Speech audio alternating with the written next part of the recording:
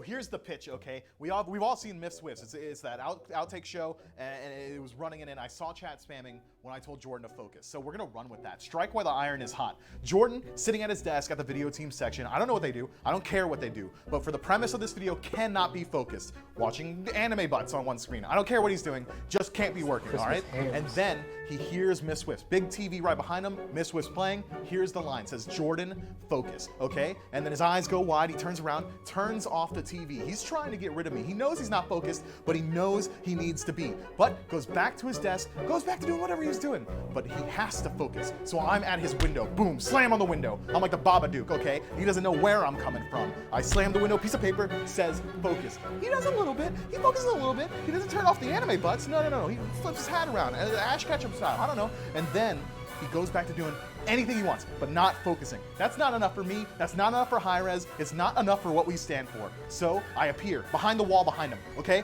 Boom, Mifflin, up there. I tell him to tighten up. He needs to focus. He does a little bit more. He focuses a little bit, but not enough, okay? And then it's not enough for me. It's not enough for me, okay? We have to go even further beyond that, all right? He does eventually close the screen, but that's not enough. I'm still appearing. I'm appearing everywhere. I'm in the bathroom. I'm in his cereal. I'm in his snacks. I'm telling him to focus, and eventually he switches desks. I'm under his desk, okay? I'm telling him to focus there, and that's where it happens. He sits in a maxonomic chair, his eyes dilate, and he finally finds his focus. Okay. Approved. I sold it? I sold it! Yes! I'm gonna sell so many chairs. Jordan, what the f was that? We just lived a fever dream. I have no idea what just happened, and we approved it. What kind of anime butts we talking? What kind of anime butts we talking? You broke me. Well, if that doesn't get you to buy a Maxonomic chair, I don't know what will at this point. You can get yours at needforseat.com. Use code SMITEMAX to get your discount. I can't sell it any better than that. I mean, if you need to focus, buy that chair. That'll give you the most focus possible of anything out there. Once again, thank you to Maxonomic for being the chair sponsor for this one. Jim Max Tucker joining me on the desk, Aggro, to bring you guys the Olympus Bolts and the Tartarus Titans. The Bolts, we found the chink in their armor. Now the Titans, going to see if they can put another one there. Listen, there's no better time than to strike while the iron is hot. And maybe you can catch the Bolts reeling after their loss to the Camelot Kings earlier this week. And don't forget that this Titans team looking pretty revitalized with layers in the jungle for them. I'm excited to see what he's going to be able to do up against this Bolts team, who almost certainly is going to be coming in a little angry with losing their win streak earlier this week. With a flip of the Bolts falling 0-2 to the Kings earlier on this week, Tartarus Titans found a big win for themselves, taking down the Scarabs in a 2-0 fashion for themselves. But it's going to be a big matchup to go against the Bolts. Sure, they lost to the Kings, but this is still the Bolts we're talking about. This is still the #1 seed in our division. It's a very difficult team to beat, man. I mean, this team, despite coming off that loss, they've done so many things so well. They've been so difficult to draft against. They've really found their identity and how they want to play. I think the big thing that I'm going to be looking for out of the Bolts, you know that guys like Haddix are going to be consistent. You know that they're going to be able, that Haddix is going to be a rock for you over there in the solo lane. This mid trio has got to play a little bit better than they did against the Kings. I thought that was the big difference maker in that set, was the way that Venenu, Lasbra, and Jake played in comparison to what we saw out of Big Man Tings, Captain Twig, and Genetics. So when I'm looking at the Bolts, that mid 3v3 has got to improve. It's got to be the big one, but maybe Haddix can help supplement that a bit, get a big lead for themselves. That way they don't have to worry about him in the solo lane. That way they can focus on their 3v3 for the mid fight. We will really kind of dive into Haddix because he's really been one of the big playmakers for this team. He's got a wide god pool, King Arthur being one of his kind of big go-tos. Interested to see if he's going to succumb to the pressure of the solo lane mages that we saw in the last set. I don't really think so. I don't think that's what we're going to see out of this set in general. Haddix has really been so impressive. I mean, it's easy to forget that this guy is a rookie coming in with very limited SPL experience, subbed in some SPL games and or some high-level games at LAN, and made it to the World Championships with that old Sanguine roster that eventually became the Leviathans. But this is his first full season as an SPL solo laner, and he is looking right at home. One of the best we have in the league. It's got to feel good being a solo laner for this team because of where all the bans have typically been focused towards. It's been Jake, Venenu, getting those big mid lane bans out, especially getting the support bans just because of how many gods Jake has in his arsenal that you don't want to give them. You can't give Jake a top pick, and it allows Haddix to kind of just free pick himself for the solo lane. Exactly, and when you've got a team that puts pressure on enemy teams in the draft, it's what makes a player like Paul so valuable, is that you know that the enemy team is starting with 1, 2, sometimes even 3 fewer bans than you, and it allows you to manipulate your picks and bans accordingly. Haddix has definitely been a benefit of that, but he's also been one of the people putting pressure on enemy teams with those bans. Well, talking about Haddix, we do have him standing by for an interview for the Olympus Bolts. Haddix had a big loss there earlier on into the week. How's the bounce back looking coming into this game? Yeah, I mean, you know, it's always rough losing, but you learn a lot, and I don't think it will affect us too much today, to be honest. You guys made any kind of prep work going against the Titans, specifically your matchup maybe against Benji? I mean, yeah, you prep for every team, obviously, but I think Benji's God pool is a little bit more limited. You can normally expect what he's going to play. So, yeah, we always do prep. I think the big important question everybody's wondering is, after the last set that we saw, are we going to see those healers squeak by into this game? You know, who knows? They might not. Just try to find out. Well, thank you so much for your time, Benji. Good luck in your game today. I'm Benji now. Thank you. Oh, Haddix. Sorry about that one. He's already thinking about the matchup. I'm already thinking about this matchup, man. But good luck in your game today, Haddix. Thank you. Bit of a slip up there, but I mean, the healers is the big thing. Obviously, he says he doesn't know if it's going to happen. Sure. I'm kind of hoping the healers don't happen for that one, because as much fun as it is seeing a Hell, seeing an Aphrodite, it's not fun. No. It's not. As much fun as it is, it's not. No, we would much prefer to see warriors slam each other for 80 damage auto attack for an entire laning phase. Like, that's where the solo lane really gets exciting. Look, it's worth noting that Benji, everyone thinks of him as the Cullen player, as the Arthur player, you know, the Hercules, those sorts of more aggressive warriors. But he was a Chang'e solo abuser back in the day. You know, Season 4, Season 5, can't remember exactly which season that was, but he was pulling it out and making it look really good. So it's certainly in the potential for someone like Benji to pull out something like a healer, but I'd expect we're sticking more to the traditional warriors here. Probably so. And again, because of how wide the God pool is for really both of these teams, it still continues to give the solo laners a lot more freedom than we're used to. It's usually not till second ban phase that we see some more targeted bans towards solo if it's open. Usually some of the Guardians like Cerberus. We've been seeing Cabrakan squeak back in the last couple of matchups as well. Cabrakan is one of those gods that everyone always feels like is really OP, but I'm never a huge believer in. I'd much prefer Benji to stick to the types of things like the Odin that we saw a little bit earlier, the Osiris, these types of picks that allow him to dominate the team fighting phase a little bit more. But the way that the Titans are playing, you know, how is Benji going to kind of interact with what Layers wants to do in the jungle, keeping those two on similar wavelengths when it comes to the picks they want to make is going to be interesting to watch. Another interesting thing with is what Cyclone Spin is going to offer to the table, because it seems like he's a real wild card in that duo lane. He's got such a wide god pool that comes naturally from all of the different roles that he's played, but I can never tell what he's thinking. Does he want to play the Mage ADC like the Freya or the Kronos? Right. Does he want to stick to the traditional stuff? Do we see him go back into the pocketbook and pick up an Izanami? It seems like he's a huge wild card for their duo lane. Difficult team to pick and ban against, I think. I mean, you hear Haddix in that interview say you feel like you know what Benji's going to pick the vast majority of the time, and I would agree with that. The Titans of their players, Benji probably the most predictable. Maybe it was Scary D before, but now that he's no longer their jungler, at least for this week, you end up in a position where what are we really going to focus on taking away, and what do we really expect them to be able to take early in these drafts? Aurora has been willing to pick things from Terra to Athena to Ares. You know, he's got a really wide god pool. Paul, and the pressure that he puts on your picks and bans with his picks that he likes to go to. I think the Titans, as this team continues to develop with this new identity, could be one that becomes very, very difficult to game plan against. I think another important part is we didn't even mention Layers, who's subbing in for this one. That also changes up the mentality of the picks and bans. Do you focus somewhat towards him? He's the new guy on the roster. Do you focus your bans to him, or do you just keep sticking with the standards? We'll find out in picks and bans. They're ready to go for game number 1. Bolts will have the first pick election, which means the Titans will have 2 big picks they can grab here after these bans. Worth noting that the Kings bans were the same in their 2 games, at least in the top 3. It was Yamoja, Odin, and Ymir were the Kings bans up against the Bolts. So that's the blueprint, I suppose, the only one available in how to beat the Bolts in 2 games in a row this year, or this phase. So we'll see if the Titans end up taking a page out of their book. But it is also worth noting that the Kings were in first pick every single one of those games. So things like Tiamat don't end up getting banned in that first pick slot very often. I think the Titans are on the right page by going towards that Tiamat ban.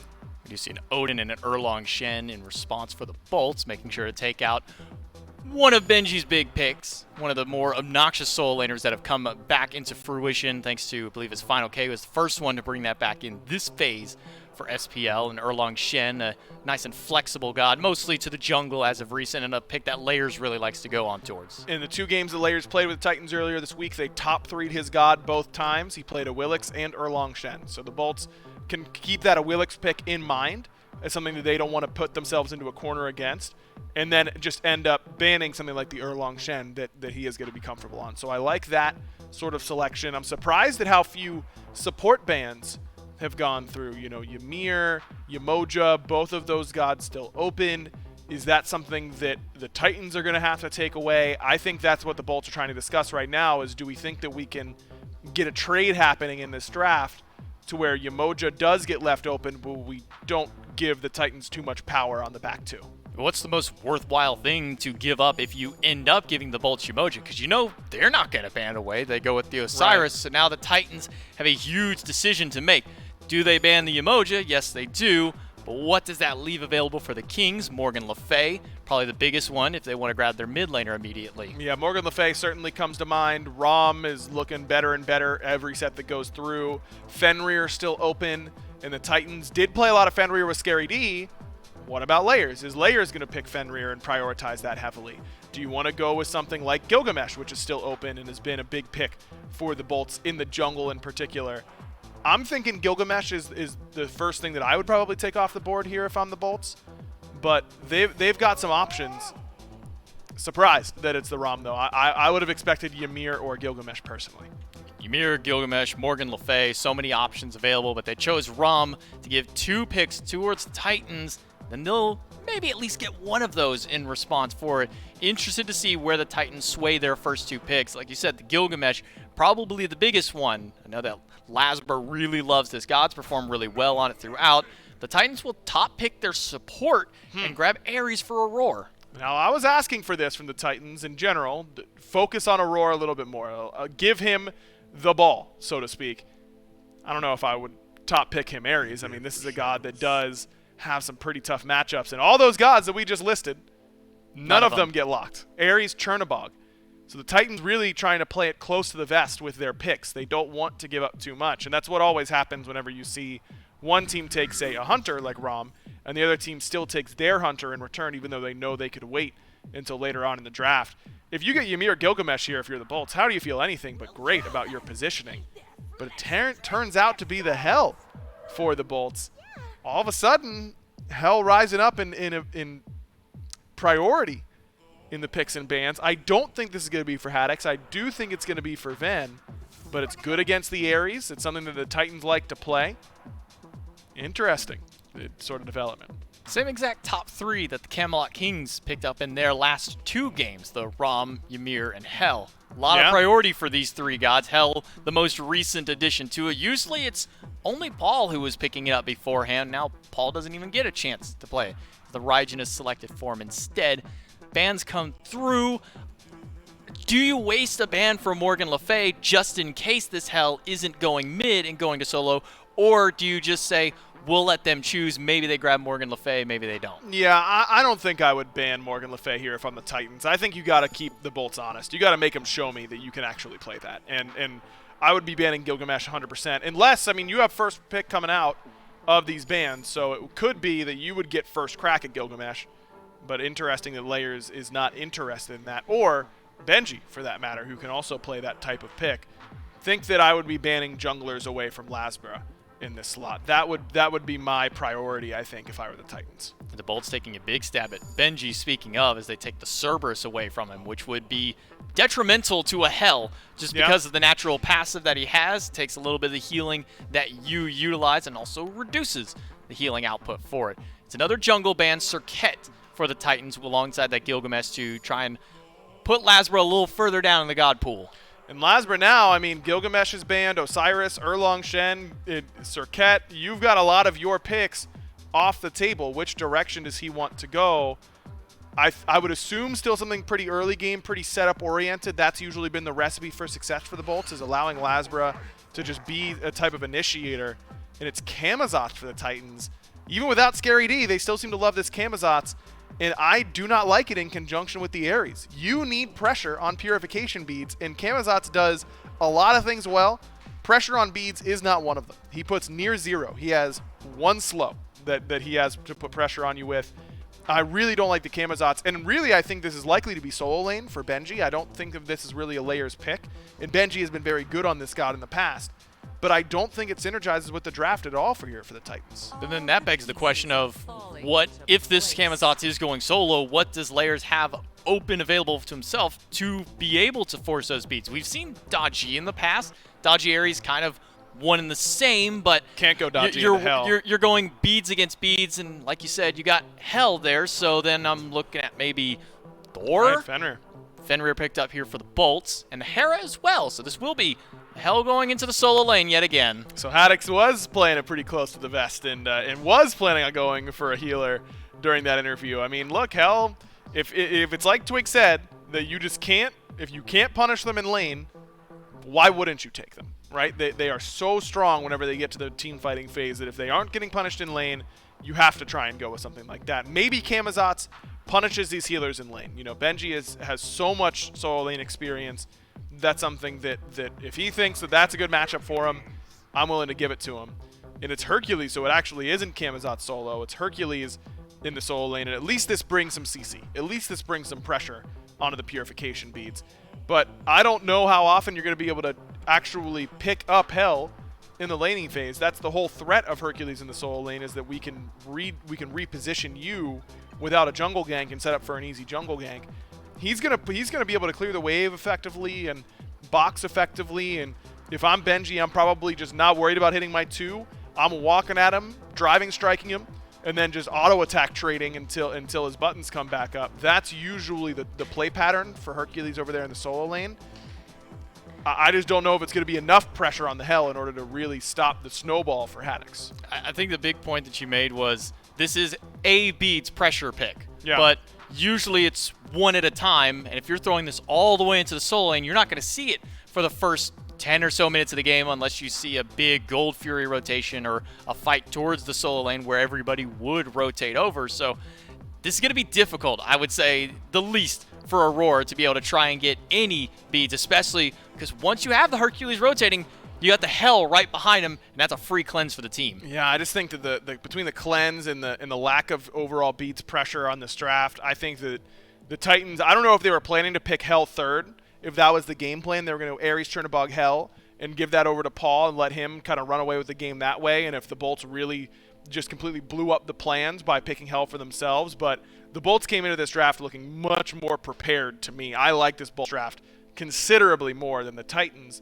which is not to say that the game is over by any means. You know, it comes down to on-the-field execution. But I think the Bolts have done as much as possible to set themselves up for a win. It's crazy how we went from last game where his Fenrir top pick, got to get him first out. He was 9th pick in this draft. The Bolts grabbed him for Lasbra right at the tail end of the draft, and it's a decent amount of control available to them. You've also got the Amir to boot with that one. I don't know how the Bolts got away with this draft. It just feels so criminal. We'll see how it goes in the game for them. We got Dulcin and Gormizer standing by. This is maybe exactly what the doctor ordered for the Olympus Bolts after a loss earlier on in the weekend to the Camelot Kings. It ended their undefeated streak.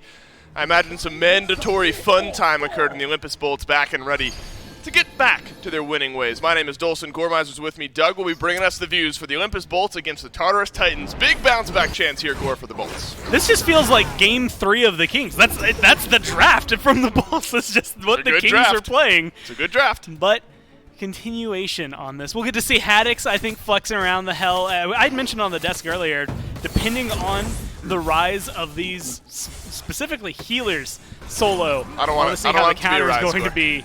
I'm also interested to watch Bara and Jake. I mean, Jake, this Ymir has been very, very kind to him this year and very, very kind to a lot of players. I believe prior to this last set, it was like a 70% win rate, so it's only going up from there thanks to the wins that Genetics just got on it. But it's just so good for the control. The dual lane should be interesting. I'm excited to watch Hera, considering it's not against Morgan Le Fay. Don't you think that this dual lane, of course you've mentioned, I mean, it's important in this matchup as it always is. I think for the Titans it's very important as like a mental check. You get the win over the Scarabs earlier on in the weekend, so that's got to be feeling good. But Cyclone Spin and Aurora, they've had their struggles so far here in Season 8. Yeah. In Jake specifically, the whole Bolts team seemingly got outplayed against the Kings earlier on in the weekend. Jake, I think, had an uncharacteristically tough set against the Kings. So I think getting back onto this Ymir, especially into an Ares, which feels pretty good, I think, for Jake. Ares wants to walk up, he wants to chain you, and Ymir is very happy. If anyone's fighting into your face, Ymir will just toss the freeze out. So that should feel pretty good for Jake, and so I think this is important for Aurora and Cyclone Spin to ride the momentum wave from a win earlier on in the weekend, hopefully smooth over some concerns for those two. Then for Awesome Jake, who did not have a great set against the Kings, to get back to his W-key successful nature of support play. Yeah, I think it's, right now, when you have this Ymir here, probably safe for Barracuda because you know if someone steps up to you, you've got Jake to help peel for you. Later on, in the team fight, I mean, they're using their own Kryptonite this time around. The Hell burned them with the 5-man cleanse against Jake's Ares earlier this week.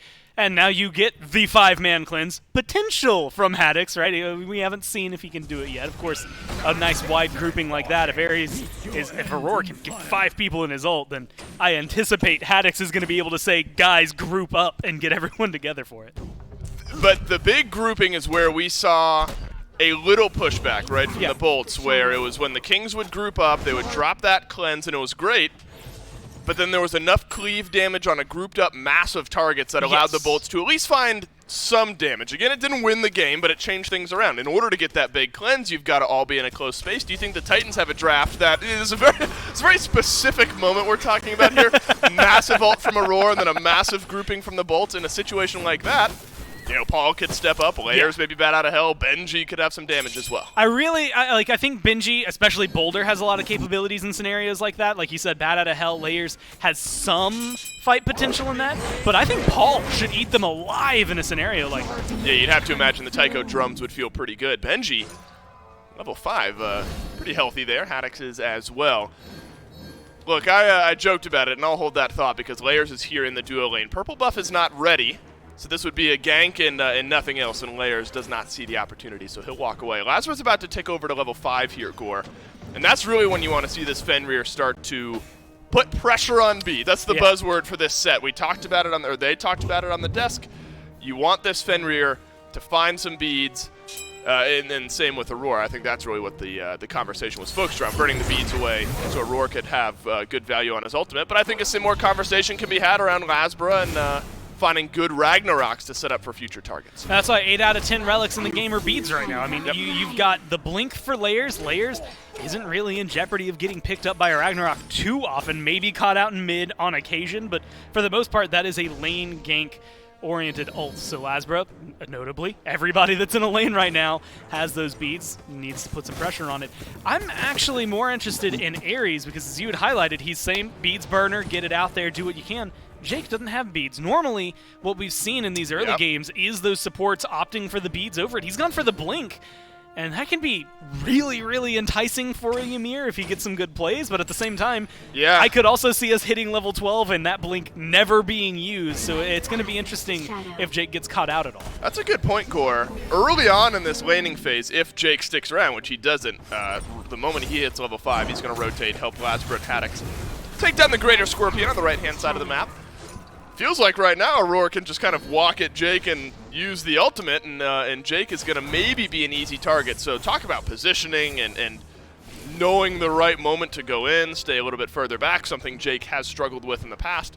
It's going to be important in the early moments of this game to avoid moments like that. And a lot of what you just described is like that's not what I wanted on my support. Hey, hang back. Like if you're Khepri, maybe. If you're Geb, maybe. If you're Ymir, get up there. What are you doing back here? This is my spot. I'm Akiri. Get up there. Try to get aggressive. It will cost him his life. In fact, I anticipate if the Titans start to take a kill lead, I would not be surprised if you told me in 5 minutes it's 3-0 in favor of the Titans. All 3 deaths are on Jake. That would be, and that's a realistic scenario, and I think the Bolts recognize that, Jake recognizes that, and acknowledge that as a possibility they're going to have to deal with. It's going to be how they deal with it in the counter-engage, and I think early on, there's a little bit of Fenrir, there's a little bit of Hera, a little bit of Ymir. Rom can start to throw his damage into the ring with maybe another item, let's say. Yep.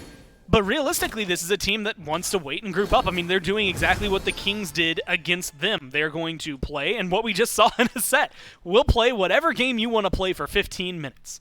But you have 15 minutes to shut us out. And if you can't do it, then we are going to have heals, we're going to have CC, we're going to have damage, and you're just not going to be able to deal with all of it at any one time. So you have to step on the pedal. We've already burned about 7 of those minutes. Yep, and this Olympus Bolts team is very hard to shut out. The Kings, the best who have done it this season so far. Lasbra jumps in, finds Cyclone Spin, Brutalize gets some good damage. Barracuda up to the skies, Chains will get no one. Well timed on the ultimate there from Barra. Down he crashes. Awesome Jake. And Venenu rotated in just in case that fight went any further. So you got to check those actives. Aurora, the only one to use his beads. Use the ultimate there as well. Barracuda's ultimate is offline. That is well played as you could hope from both sides. Yeah, beats from Lasbra also going to be on cooldown Good for eyes. a little bit. So that will take a little bit of time for him to continue getting aggressive. I anticipate like a gank into the solo lane, not that easy, but the Titans are getting aggressive into the red buff, and nobody from the Bolts is going to help. I think Vin, maybe a little bit too late for anyone to rotate in, but he's just going to have to watch that one happen. That's the kind of play I like from the Titans. You go over there, you force some ults, you force some beads, and then get aggressive now that you know they backed. Go strip some experience away, slow them down, do whatever you can to pull something of a lead over your way. It's only 300, 400 gold as it bounces between cans and minion waves right now. Not a crazy amount, but still something that's going to be in their favor. How about this Helgor? We have now, or not Hera, excuse me. We've seen Hera picked up a handful of times now, started to see a bit of a rise in popularity. I feel like Argus has done more headlining, notable things in a few of the sets where we've seen Hera than Hera herself. And so, you know, Venenu, one of the best mid laners of the season so far. You get a potential playmaking pick like this Hera. I think you could be excited here if you're the Olympus Bolts. She just wanted to remind you. She heard what you were saying about like Morgan Le Fay, and she was like, "No, Oh, Dave, like you got to I get your stand by eyes it. back on me. Hold on, make sure that you don't That's right. stray." That's right, But it that's on also is the I think the sorry. interesting metric that is the clear like she can bring. That is a great example of it right there, Vin. Yep. Thank you for timing that perfectly. But also the ult, Argus. Like last year, we made the joke, is the god in the kit and in the middle of a team fight can change things?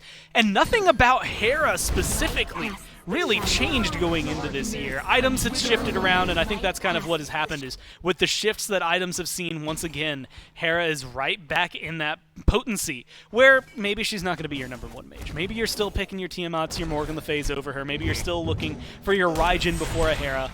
But she still deserves to be in the conversation. I think a lot of mages are right on that cusp of like, I can play her, we can make her look good, she can do exactly what we need, but Hera has a unique position that from pretty much level 5 to the end of the game, she can have a unique spin on every team fight, and I think that's something that Vin's going to be able to showcase for us when we finally get to see something really collapse. Well, it feels bad for this Hera right now is that it's a solid 1 level lead, potentially a little bit more for Paul in the mid lane on this Raijin, who picked up Divine Ruin first and foremost overall, and I don't think that's all that surprising, Gore. When you're going up against a Hell, and there's probably going to be a little bit of healing built into the rest.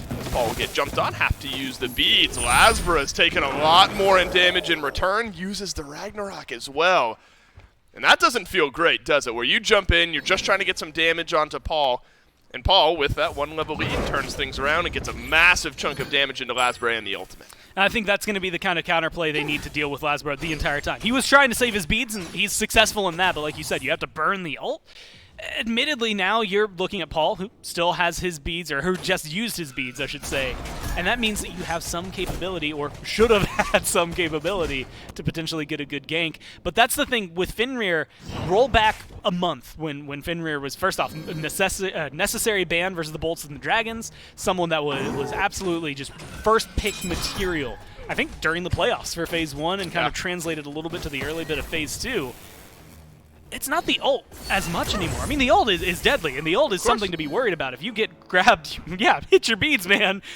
But it's the stun. It's this stun that this little dog is bringing into the lane that is just so difficult to deal with. We've seen 3-man, 4-man stuns from Fenrir's lately, and I think that's where Lasbra is going to be able to find the success. Beats are down for Paul. You're not looking for the Ragnarok, although now it's back up. Go ahead and go for it. But if you catch him out with a stun, it's so easy to follow up if you're Venenu, or if you find the stun in the dual lane, if you're Pharah. I think it's going to be the setup potential that Lasbra brings that makes the big difference. Yeah, setup is key here, especially around Paul in the mid lane. That Thunder Crash is going to allow him to be somewhat defensive, but you talk about maybe a Polymorph finds its way in. Lasbra's able to follow that up. Suddenly the CC starts to chain its way in, so Paul has to be careful for the next minute exactly while those beats are down. We've crossed the 10-minute threshold, Gordon. We don't have 3 kills on the board just yet. Not for either team. We don't have a single kill on the board. It was about a 1,000 gold lead a few minutes ago, I should say, for the Tartarus Titans. The Olympus Bolts have closed that one back up. Both teams seemingly okay, with a bit of a slower pace to the game here at the moment. More anti-heal continues to roll its way in for the Tartarus Titans. Brawler's Beat Stick, now the most recent item to get picked up for layers, and so really mitigating this hell appears to be the name of the game. It's now onto these 2 supports, though. You can see the beads blink for Benji, so he can potentially go into an anti-heal item in and of itself with an aura, but there's going to be an Ankh on this team, and it's going to have to come from Aurora, so that maybe limits some of that. I'm also interested to see what Jake's going to do, but now Cyclone's getting aggressive. Could have some fighting here. We do have some fighting here, but some is the operative word there. Cyclone Spin ults in, Pyromancer gets taken down by the Olympus Bolts, and nothing is to be found of it on the back end, and it's an immediate retreat call from the Bolts. And I think that's a unique thing to look at here in this game. Rom versus Chernobog, probably a low percentage matchup over in the duo lane, but 2 individual picks that we've seen a lot of. Rom, notably first pick priority. Watch out, Barracuda. Barra wishes he probably had Chernobog ult at this point.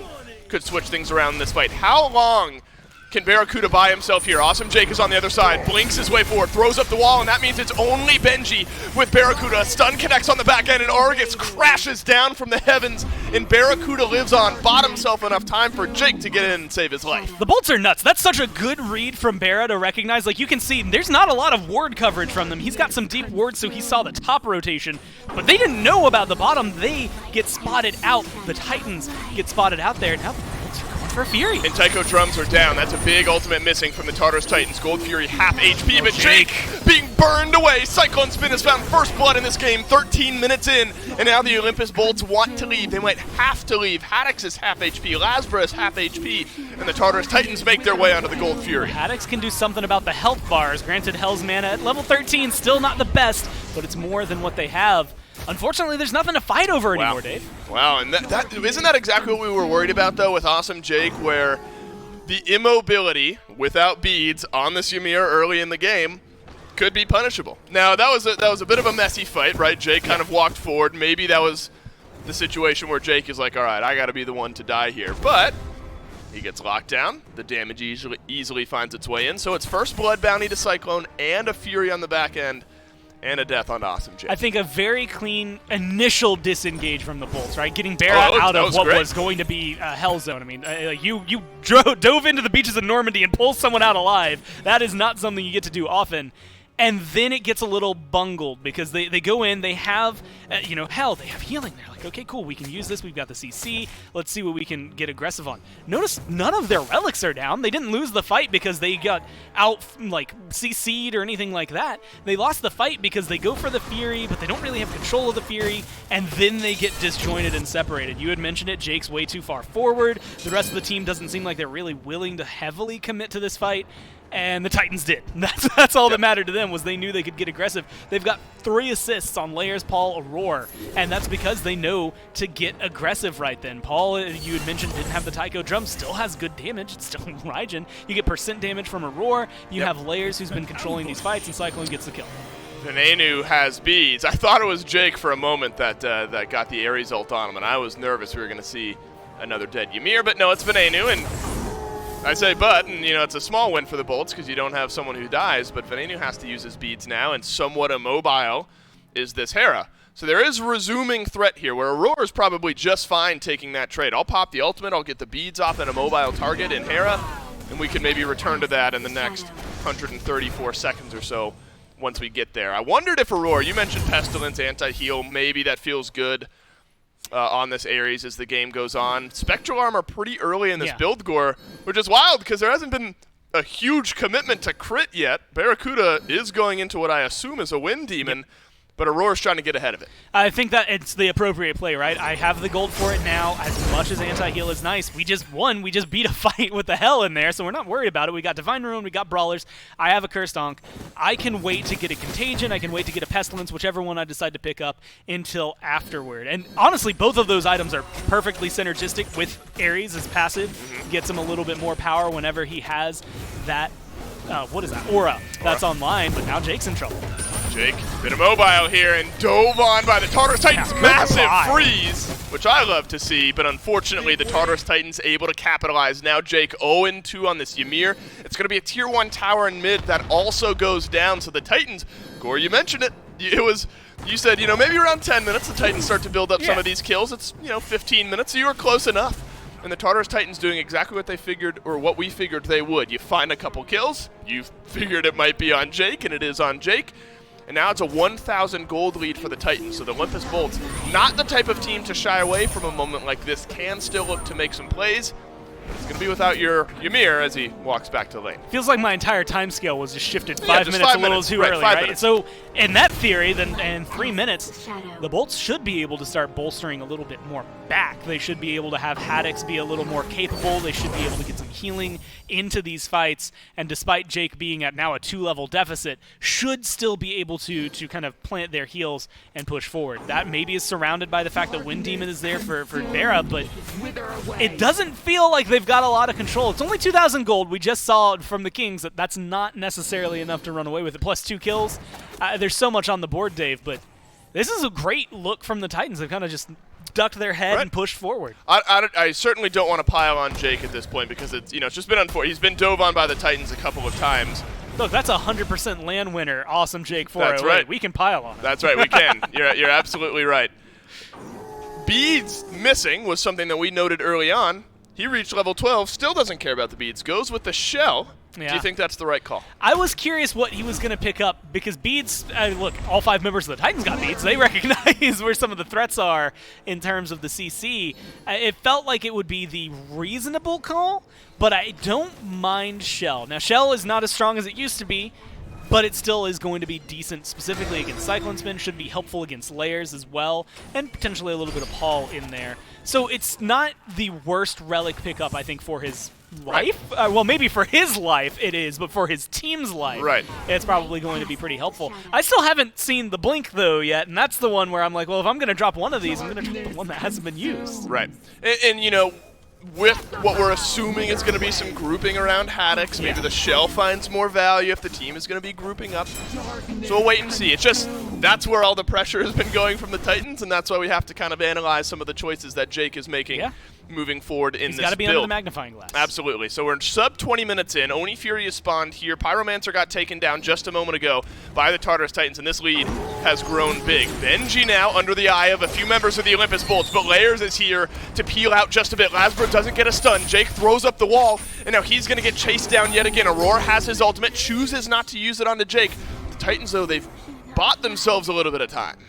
They can start up the Oni Fury. They still have all of their ults to be forcing a fight. No. Jake's the one who gets caught. Jake gets knocked up, pushed back, taken down. Paul is the one who drives the final nail in. Now Aurora pulls Barracuda right back into the backline, but Barracuda up to the skies with his snipes. A little bit of damage clips onto Paul as Venenu, Haddix, they're trying to run away from Cyclone Spin, who suddenly takes more damage than he bargained for. Lasbra jumps back in, and the Tartarus Titans Hunter goes down. Barra's still alive. He got pulled Wait, by what? the Ares, and he's managed to escape from the fight. They're turning this fight in their favor. They've got the Hell Heal. This is the second win team, and they need it now because the rest of the Titans regroup. Their feet are under them. Paul's got a double, and the Raigen's on a killing spree after a jungle skirmish. Titans come up big. Barracuda, absolutely alone, no ult to his name, will not contest this Fury. Amazed that he got out of there alive, but I think there was a moment you could see him kind of floating around the top left. If he rejoins the fight, probably dies. Right, I don't but think you might go be back able to in. get some damage done. If by the time that decision could have been made, it was bad news bears for the rest of the Bolts. They get just mowed over by the Titans. And look, I said this the other day. I'm going to say it again here. Scary D, two-time back-to-back world champ player, phenomenal smite players. 6'8" frame, 37 inch. Oh no, that's really, really good in the solo wrong lane. guy. Wrong guy. I have to say it this way. Look what the Titans can do with an actual jungler, right? Scary was okay. He was passable in the jungler, and he had even said it on Twitter himself. If he had a little more time, maybe I could grow, or that he believes he could grow into the jungler And I they think he needed. could have. But look at what's when they just have it immediately available to them. This is a different team. I mean, they are playing very concise. Their last match was versus the Scarabs. It's the question of, okay, well, you're going up against a team that's 1-9 in the standings. How much of it is layers? How much of it is the just general team environments between the two of you and the capabilities of the two of you that we've seen up to this point? This is more intrinsic proof to me. I mean, you're up 3,000 gold Absolutely. and 4 kills. Right. It's the. This is a first opponent you're going up against who's still figuring out a new roster. They've had a tough stretch of games in the Solar Scarabs, of course, who I'm talking about. So you get a win, and now you have to prove it, right? You have to prove that the win was because of you and not because of your opponent. And they're doing that so far here, the Tartarus Titans are. Now a chance to maybe get a kill onto Benji, but there's enough healing there. The wall just slows things down. The Tartarus Titans starting to collapse in. Bolster used by Aurora here, and the rest of the Titans will back away. So Fire Giant may be under some threat here, Gore. And the Tartarus Titans definitely feeling comfortable enough to take a fight, because look at Paul. Look at the point in the build that he's at here. 302 on this Raijin. Divine Ruin feels great first item overall. Getting close to stacking up that Charon's Coin. Then he's got Soul Reaver and Abshard on his next two items there. He's reached level 22 over Venenu. This Raijin is going to absolutely swing in these fights if the Olympus Bolts can't find their way into the backline. The perfect example of this is how relaxed Paul, perfect timing for in his camera, how he always looks. I mean, it's the same amount of focus, but he never seems like super worried while he's sitting around in the game. And I feel like there's no reason for him to be. I mean, there's not been a lot of pressure onto the Raijin. He's got Aurora for brilliant setup, layers to help get in there, as well as a Hercules that is really driving things forward. I mean, this might be the best Raijin game that you could possibly have. He just gets to sit back, occasionally throw out damage in the middle of a team fight. There's a lot more to it for him in the midst of the game. Is there on a Raijin? But just sit back and throw out damage? Hey, in the middle of a team fight, it's just, hey man, who do you need me to hit? That's where I'm going. Right, and Tycho Drums allow you to kind of ignore that a little bit even. You can just send the old damage on a wave right on through the Olympus Bolts here. So 302 is Paul, top player damage in the game. And doesn't it feel like when the Titans have played well, when the Titans have gotten their wins, feels like Paul has been at the forefront of a lot of those conversations. Cyclone Spin has had good games so far throughout the year. Benji, everyone from the Titans has showed up during some of the wins.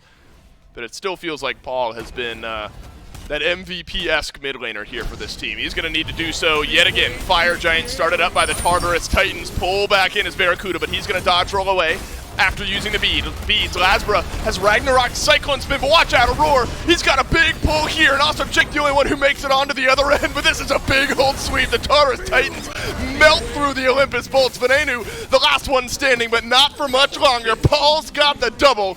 Then Gore, it looks like the Tartarus Titans got the win. Yeah, Fire Giant, you've got more than 30 seconds with nobody available. Great play from the Titans. It's 10-1. 5-0-5. I mean, Paul has been a part of 100% of these kills. Same thing for Aurora at 2-0-8. I mean, the two of them really combined into something. And I liked the Bolts draft. Aggro liked the Bolts draft a little bit more, but it never coalesced into the full unit that we expected.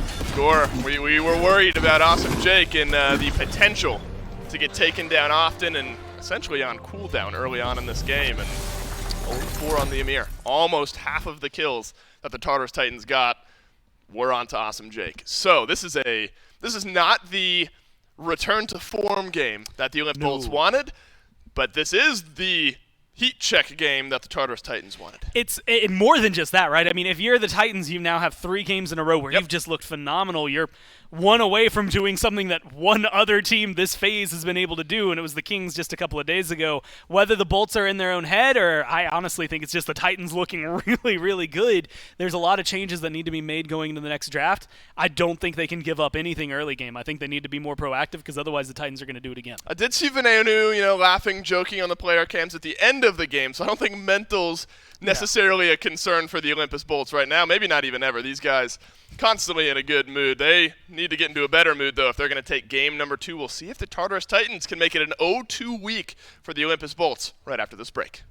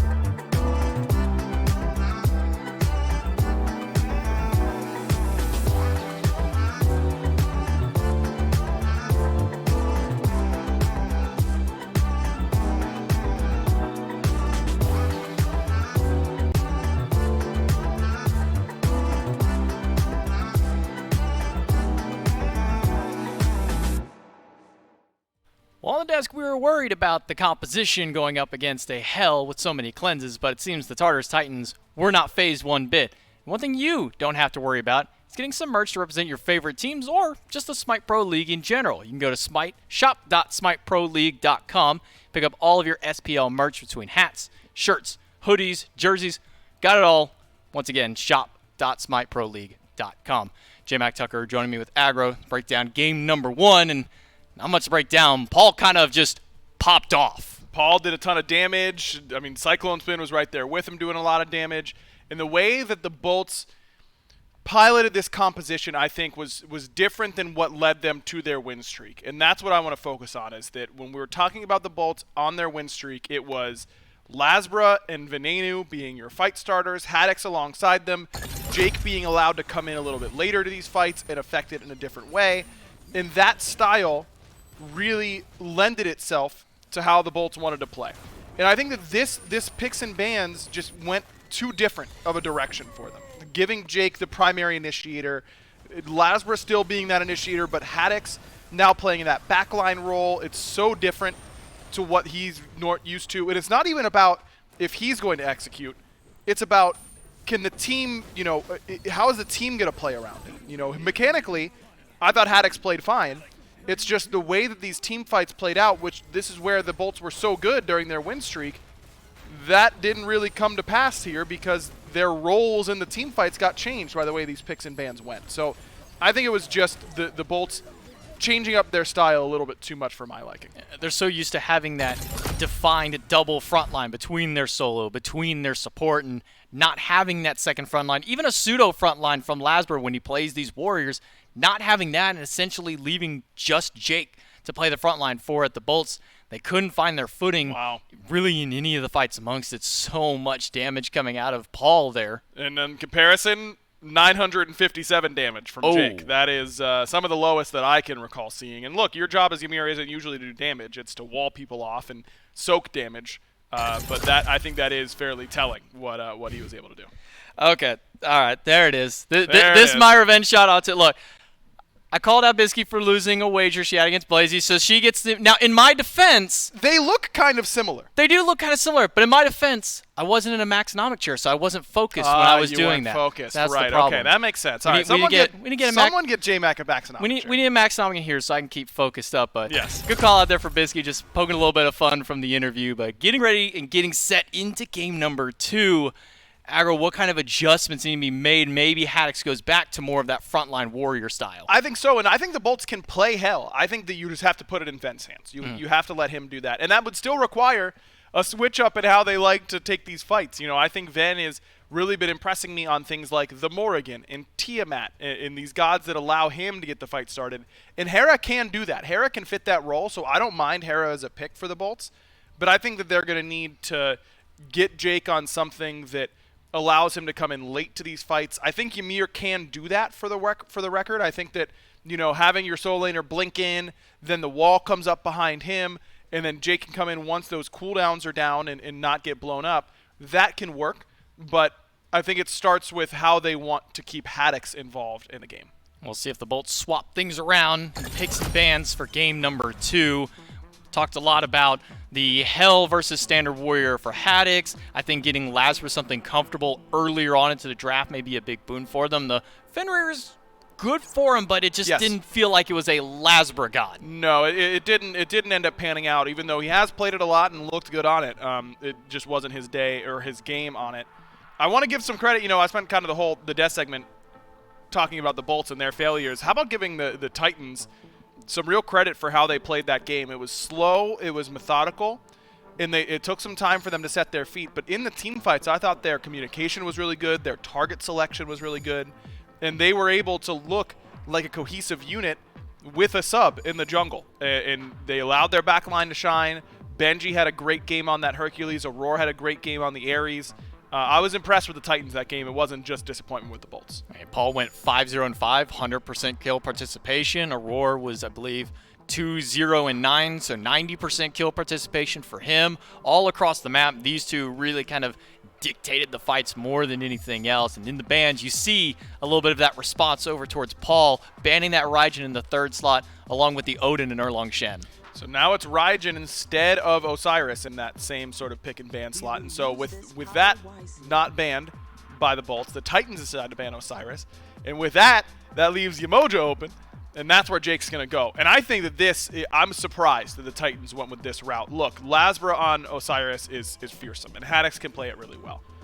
But giving Jake Yemoja just plays into the Bolts' identity so well in their team fights. It's exactly what I'm asking for him. It's these come in a little bit later, don't be your primary initiator, use your mechanics, find a good wall.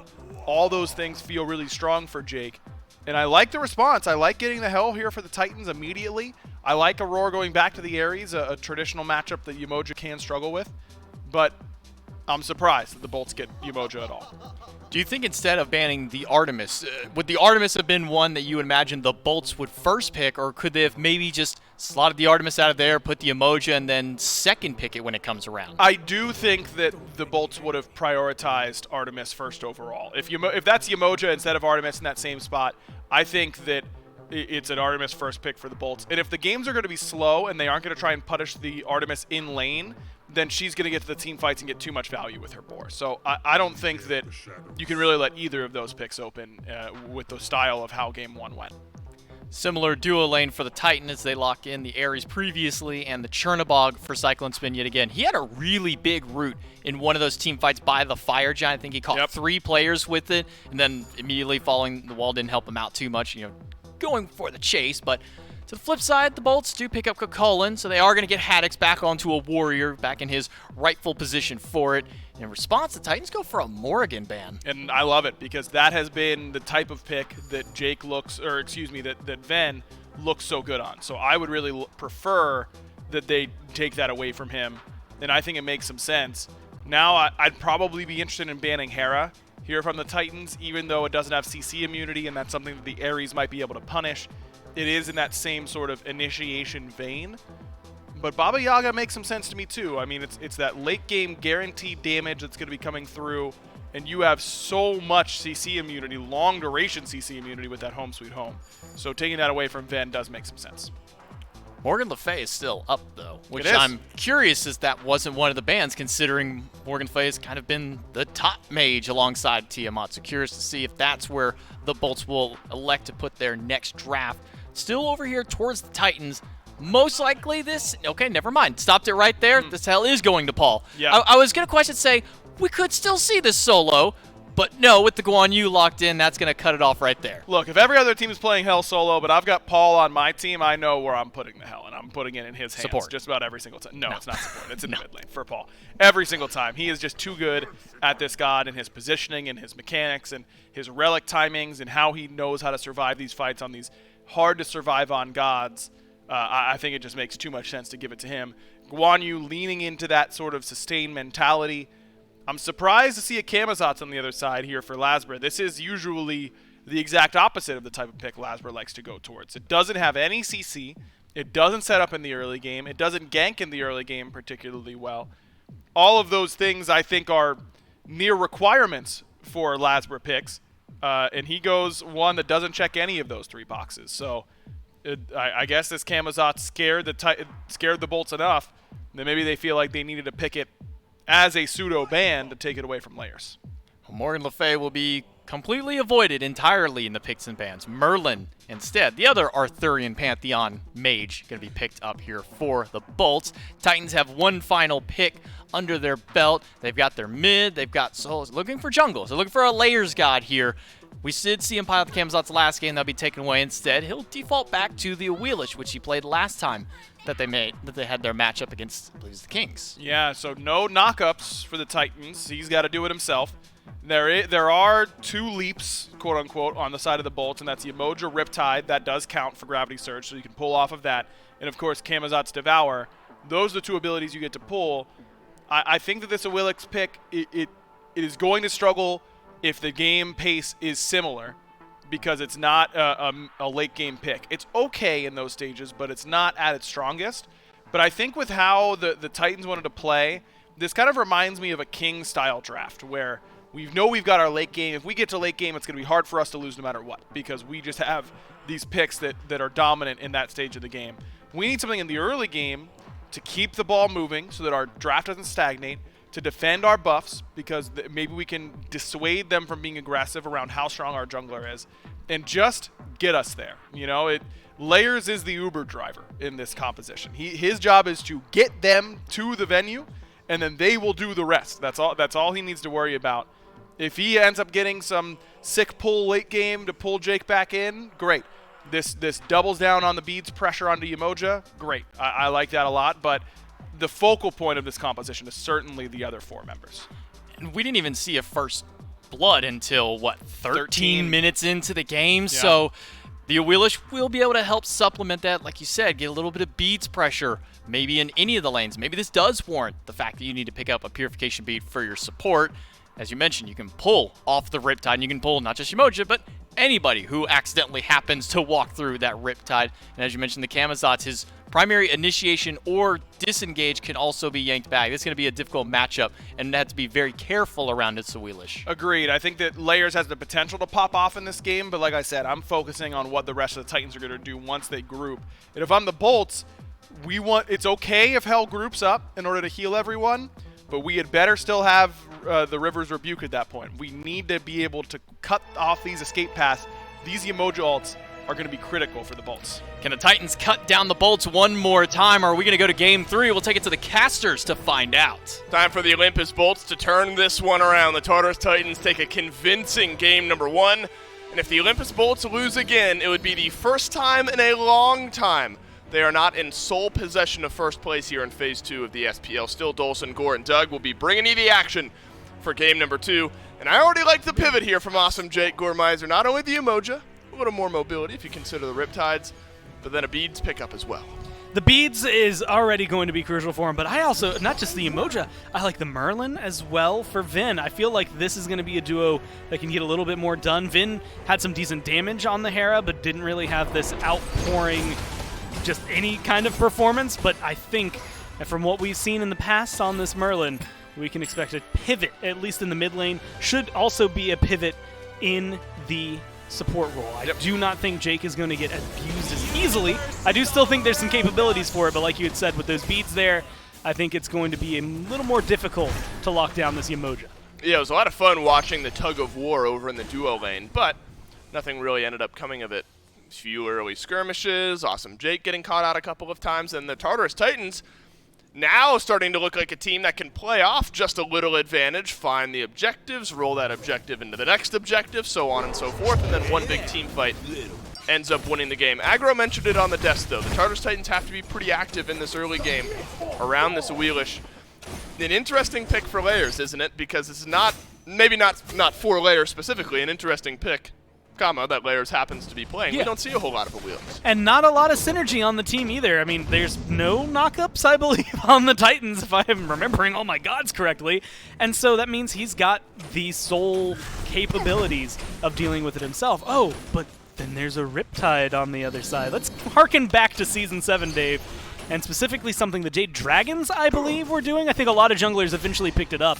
It was a play style that was, we'll let you have the Yemoja, and every time you Riptide, if Sam was in the area, you're going to get pulled, and you're going to get killed. Yep. That is going to be something they have to worry about here. It's also good against Lasbra's Leap.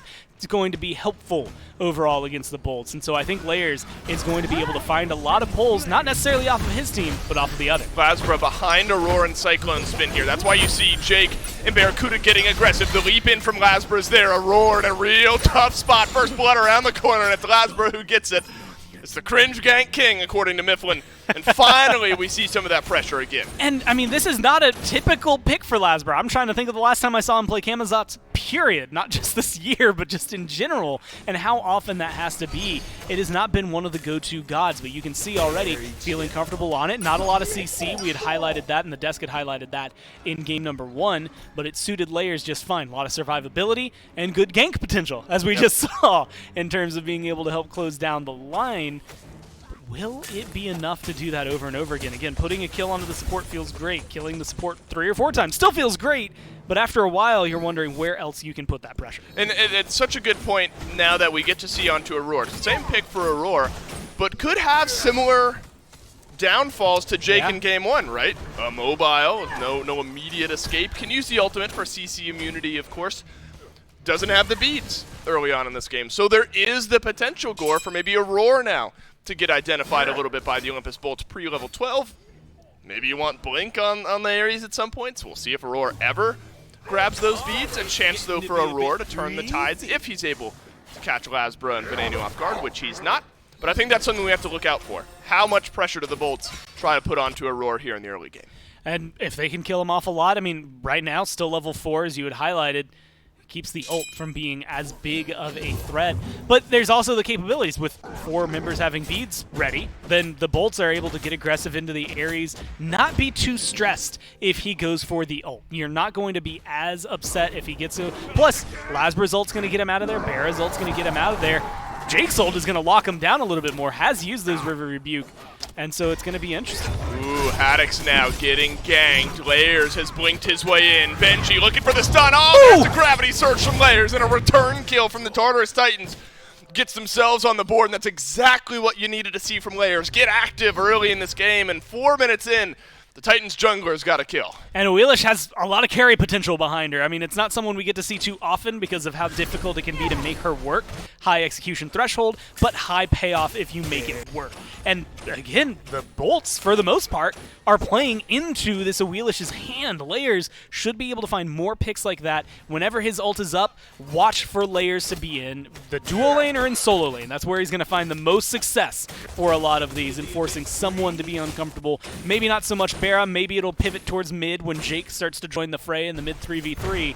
Either way, I really anticipate Layers being a good driving factor for this game. Oh, it's going to feel good if Layers can continue that pace, because exactly what we needed to see, especially when Haddix is on a pick like this. Cullen got Tainted Steel, little anti-heal in the kit as well. And I think that's another identifier or another conversation piece that we had a little bit in game 1 around this hell. Now, Paul, I mean, it's a signature pick for him, right? It's not out of the solo lane, so you imagine there's going to be a little bit more damage into that build. So Haddix has got Tainted Steel as well as some anti-heal in the kit. Brawler's Beat Stick already for Lasbra. And you mentioned it earlier on the death score. This Merlin, if Divine Ruin finds its way into the build at some point, is a great, applicator of that anti-heal with that item. And so there are those opportunities here for the Bolts. I mean, literally, 9 abilities that are nice wide AoEs for the most part. You're going to be able to hit multiple people. Yeah, I imagine Vin's next item should be the Divine Ruin, especially with Hell being a lot more central on the map. If this is a Benji solo lane, Benji solo lane Hell, then you're going to be able to delay it if you really wanted to. Although Divine Ruin's not a bad item early on. Like, if you're going to get the anti-heal and that's great for you, then go for it. See if Aurora can put some pressure on the beads. He does, but Barracuda uses his ultimate. Jake does the same as well. Haddix is low on the right side of the map, but awesome Jake is low right here. Cyclone Spin picks up the kill, and it's easy as you like for the Tartarus Titans. Aurora walks forward. Jake elects not to use the beads, instead gets pulled in. Barracuda, that's an interesting bit of counterplay, just uses his ultimate instead of getting pulled in, so that's something to look out for as well. But Jake chooses not to use his, and he goes down. Throws up the river walls, I think, thinking he could isolate it a little bit more with the damage coming from Bera. In any other scenario, a 2v2, no kill happens there because Cyclone Spin's just low enough. Bera has not had to use his beads. He just sniped him out with the health bar, and you're not worried about it.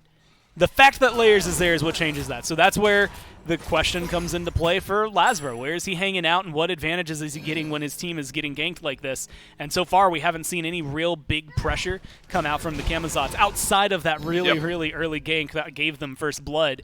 And so maybe seeing Layers get less hands-on or seeing Lasbra get more hands-on in this case would help bring the Bolts right back into this equation. Yeah, that was a gank in name only, I think, from Lasbra. It was a gank in the sense that he was there, right? But it wasn't necessarily set up by the Camazotz, and I think that's a good thing for you to point out, and I think the desk was a little worried about it. How can Lasbra set up? How can he be more of a setup factor in some of this early pressure? And there's setup around him, and so I think maybe some of those concerns are mitigated, but I agree there, Gore. You need this Camazotz to start showing up a little bit more often.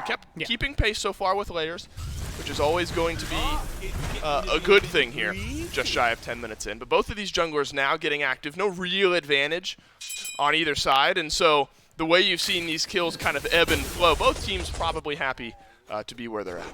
And honestly, not just keeping pace, caught up. He was a little further behind Layers. Now, quite literally, just 10 XP that he's waiting for, or at least 10 XP per minute that he's going to be necessary here. So getting to the next level for Layers is maybe going to be a little more of a struggle. Of course, that's been Lasbra farming slightly more than necessarily Layers, so he's been able to play catch-up pretty well. But Layers has been able to get more impact on the game. Hasn't translated insanely into a gold lead just yet, 400 to 500 gold. Man.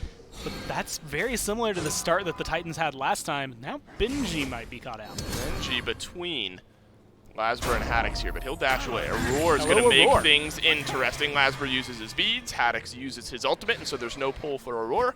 And Aurora's being his own pressure on the beads of the Olympus Bolts here. So now Lasbra doesn't have his, does have Bat Out of Hell.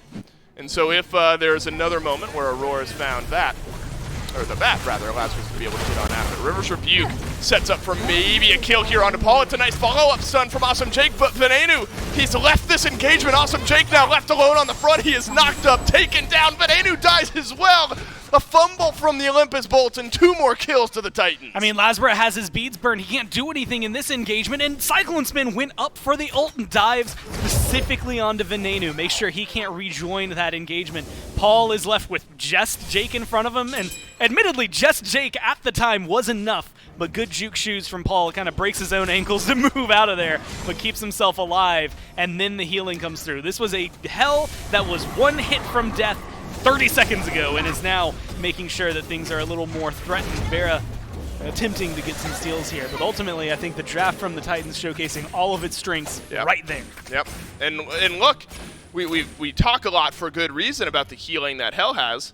There's also a Guan Yu in this game. Yeah, so when Benji it's so groups easy on to in there, forget about. there's going to be a giant circle of healing with the Guan Yu as well. Anti-heal, so important for the Olympus Bolts this game, not only because of the Hell, but now there's a Guan Yu that's going to be adding a nice circle of healing. So you group up, you got these double heals rolling through for the Tartarus Titans, and so Vayne is still not looking to the Divine Ruin. Yeah. Interesting to say the least, but you figure it's got to go into the build at some point here. Good from the Olympus Bolts, though, to recognize that the Titans are going to back off and they'll grab a Pyro. Well, it looks like, you know, at this point, when you're building this, you're more than likely going into the Charon's Coin, right? You already have Chronos Pendant, so I can't imagine trying to pivot this heavily early on to a Rod of Tahuti. Charon's Coin's a nice item. Paul already has it online, so it at least would match. It's a good stat stick before it stacks, and then it stacks really well. The thing that catches me off guard is the item actually right below it that Jake has picked up. He's tier 2 on Spear. He might be going for a Divine Ruin, which is bonkers to me. I mean, what's it normally? Deso is normally what we would see him Jake build has there? been picking up a lot of Deso, but normally, I mean, that's Fafnir, maybe his Ymir, like more aggressive supports. So if he goes for the Deso, gets the power, that's one thing, but definitely a more unorthodox. Aurora, caught out by the River's Rebuke here, uses his ultimate. Awesome Jake has his V's, won't use them, gets pulled in, but there's no real pressure onto Jake at the moment. Bat Out of Hell from Lasbra is not going to be enough, and Aurora will walk away. Cyclone Spin rotates in as well. He used his ultimate, and the Olympus Bolts taken low beneath their tier 1. Benji meets Haddix in the jungle, both of them looking to make a rotation for their team, and both of them kind of recognizing, oh, maybe we're a little too slow for the skirmish to actually jump in there. But with Hell healing, Aurora already back. Layers is over here. Cyclone Spin's going to the 1v1. Oh man, Barracuda does not come up in that one. Cyclone Spin easily wins that trade. It's the Icavale chin size for Cyclone, outdueling the Odysseus bow Icavale for Barracuda. And so now the Tartarus Titans can take a deep breath. They took down the Gold Fury a few moments ago, so not much to fight for on the left side of the map. Take away a little bit of the jungle of the Olympus Bolts, and it just feels like the Titans score outpacing, out-answering the Olympus Bolts here in the first 12 minutes. I mean, you can see it in the gold lead, I think, more than anything. It's hovering over 2,000, but bouncing a little more at this rate in favor of going towards the 3,000 mark. Yes, it's closer to 2K, but the way they've been playing, the aggression they've got on the towers, I mean, look at the map state. The tier 1 in right, the tier 1 in mid have taken way more damage than any of the tier 1s on the side of the Titans, and they've been able to get more aggressive. They've been picking up these neutral objectives. In fact, the Bolts would be further behind had it not been for that Pyromancer. We did question it. It's the Charon's Coin, which was what we assumed there for Venenu, and it is the Divine Ruin for Jake. Maybe not the worst place to have it. I mean, the bouncing bubble's going to be able to apply it. The stun's going to be able to apply it, but, you know, Merlin's got crazy fat abilities that can hit anybody and everybody. Let's and he not can throw out count a it out lot yet. of them. We could have 2 Divine Ruins, a Brawler's Beat Stick, a Tainted Steel. Haddix might be going to a Pestilence. You might need it when you have a Guan Yu and a Hell on the other team, but the Tartarus Titans are not going to let off the pace to see how that anti-heal gets online. Tier 1 tower taken low. Aurora's used his ultimate here. Who gets pulled in? Well, it's not Lazarus because he's in the bat out of Hell. Look at Awesome Jake, though, setting up for a kill, and finally, Aurora gets taken down, and the Olympus Bolt strike paid her. They punished him the last time, but he got away with his life. They punish him this time in terms of finding the kill. Great bat out of Hell reflex, specifically from Lazarus, maintains his beads, but notice who used them this time, who hasn't been using them. It's Jake, finally using his beads to make sure he can continue being aggressive for his team as opposed to getting pulled in and CC'd for a short period of time. He has been burned down. He's been hurt in a lot of these last engagements. It's a good call for him to finally throw that out there. Jake is second to top on the player damage charts there, Gore. The Divine Ruin, I guess, feels pretty good for the Olympus Bolts at this point. Jake has, look, he's been walking forward. He's found some stuns, nearly killed off Paul, remember, in the mid lane. He's just been a bit shy. So second to top on the damage charts is Awesome Jake. Bottom and second to bottom, though, are Barracuda and Lasbra. And so your Camazotz and your Rom just haven't gotten involved in the same way that you'd want. That said, Layer's still a little bit low on the damage charts as well, so not all that far ahead of Lasbra, so that's not all that discrepant. I think pretty surprising, though, Gore, that Jake is leading things up here for his team. Just 200 behind the Guan Yu, 1,000 ahead of Cyclone Spin. That's what's a little bonkers to me. Granted, I don't think we've seen Cyclone get as involved as he could.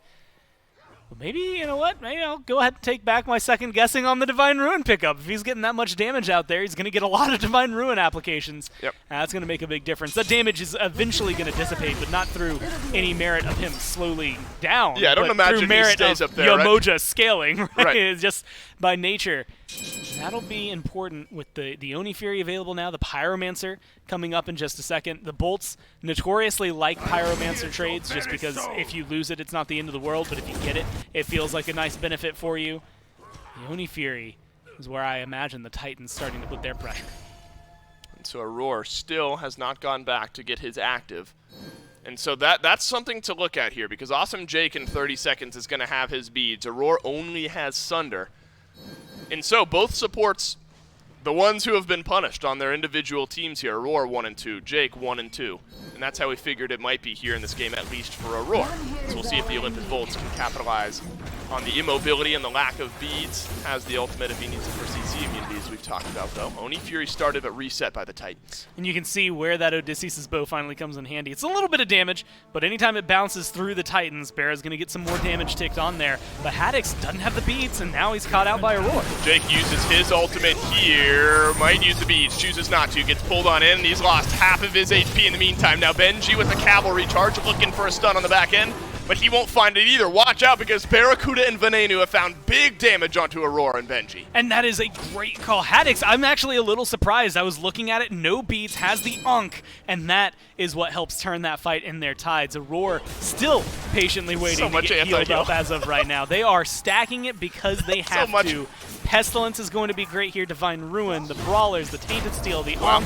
This is how you beat a team with Hell and Guan Yu. And even still, they haven't necessarily done that yet. Oof, Jake nearly with the steal. The Tartarus, that's a bit of a pump fake, isn't it? Oh no, Cyclone Spin goes in with his ultimate onto Barracuda, who rolls on out, but Jake is here with some healing as well. Aegis gets used. Barra to the skies, just gotta hit one here. Not good on one, but he's good on two, and Barra gets the kill on the Cyclone. That was risky, to say the least, for the Titans Hunter. It was a great call, and then it evolved very fastly because you could see where Jake was. In our eyes, why would you go in there at all? But ultimately, he saw Barra, and he knew, I can take this fight. I've seen what damage I could do. He almost has the win until Jake comes in and meddles. If it weren't for, I guess not Meddling Dog. What is the equivalent here? Meddling Kids. Meddling Kids. Yeah, you know what, Jake, I can qualify him as a Meddling Kid for this one.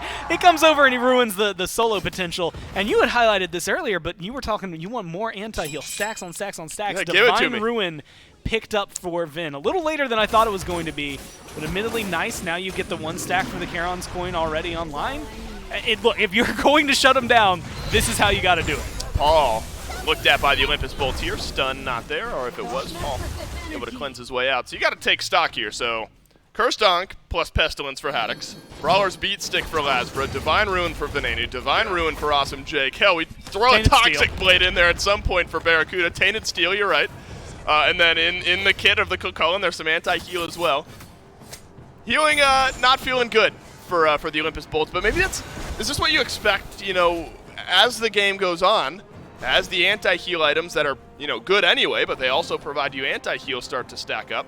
Is it expected that the Titans team fight starts to slow down? I think it'll slow down a little bit because Aurora, like, look at where Aurora has been in a lot of these engagements. He goes in, he gets just absolutely beat down while he pesters everyone on the bolts, and then he walks back and he's full health within a few seconds. He re-engages. Now, they're not getting that poke down or undone. Oh, well played from Haddix. He blinks in and then ults to avoid the pull. Nearly gets taken down for his troubles, and Venenu finds the last bit of damage onto Aurora. Watch out, Cyclone Spin. You made your way into all of the Olympus Bolts, and now Benji with the cavalry charge gets in onto Awesome Jake, who gets stunned on through. Barracuda left it in the wayside with the ultimate, but they've turned it around. Venenu's got the double. A little bit of damage away from the triple, but Barracuda will clean this one up. The Olympus Bolts have turned this game around. 3 kills to the Bolts in the mid lane. And Benji is just a little bit away. Some secure, maybe, depending on where they want to put their focus. They could kill him. Look, Dave, 3 people down. I mean, this seems like a very easy Fire Giant call to pick up for the Bolts. And the Bolts have some healing as well, yes, remember. They've got Yamoja on their team. They can sustain themselves through this FG if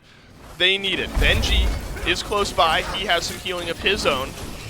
I'm not sure he'll attempt to steal this one away. I'm not sure you want Talu Assault, I guess, if you're able to make your way in. But against all 5 members of the Olympus Bolts, that's a tall, tall task. So the Olympus Bolts who went down early, they go up big. Before we reach the 20-minute mark, FG plus a couple thousand gold in the lead. I take that back, plus 400 gold in the lead. Now a chance to make it a couple thousand, though, if you can knock down these towers. And that's just the capabilities of the turnaround. It's almost a kill from Layers onto Haddix, but he lives in that engagement. I think that ends up being their downfall. Too many members from the Bolts to try and tackle, and just good survivability. I mean, Barra goes up in his ult, gets some good return damage. Venenu turns around. Again, great Divine Ruin applicator, but also just good damage in general, and makes it very difficult for the Titans to continue re-aggressing into the Bolts. And I have to highlight Layers here because we were talking a lot about Layers versus Lazbred in the very beginning of this game, and how Layers, if he could keep up that pace on this Wheelish, would be a driving force. Until now, we haven't talked about him for, what, 13 minutes? He hasn't really been as important to this game as he was at the very beginning. And there were a couple of good pulls, like really good moment for him during that fight. But if that doesn't change and become just great moments in general, the Bolts are definitely looking to continue this role. And it's tough, right? Because you mentioned early on, there's not that much Titan-centric setup on a target that Layers wants to pull. It's a lot of responding to what the Bolts are doing themselves. Yeah. Recently, it's been Haddix that gets pulled in when he tries to use his Salmon Leap away. He gets in, finds the ultimate, and then if he leaps away, Layers is there on the pullback. I'll pause that. Bit of a tangent as Aurora uses his ultimate, but he's trapped in the River's Rebuke, so Haddix is going to get this kill quietly. Barracuda uses his snipes as well. And this is a long death timer, Gore. 35 seconds without Aurora. Left side Phoenix open. Could be a game-ending push if the Bolts are able to find more kills. I mean, it's all whether or not Benji can really create space on his own. With River's Rebuke down, first off, used beautifully as well to make sure that Aurora, while in his ult, can't back up to his team.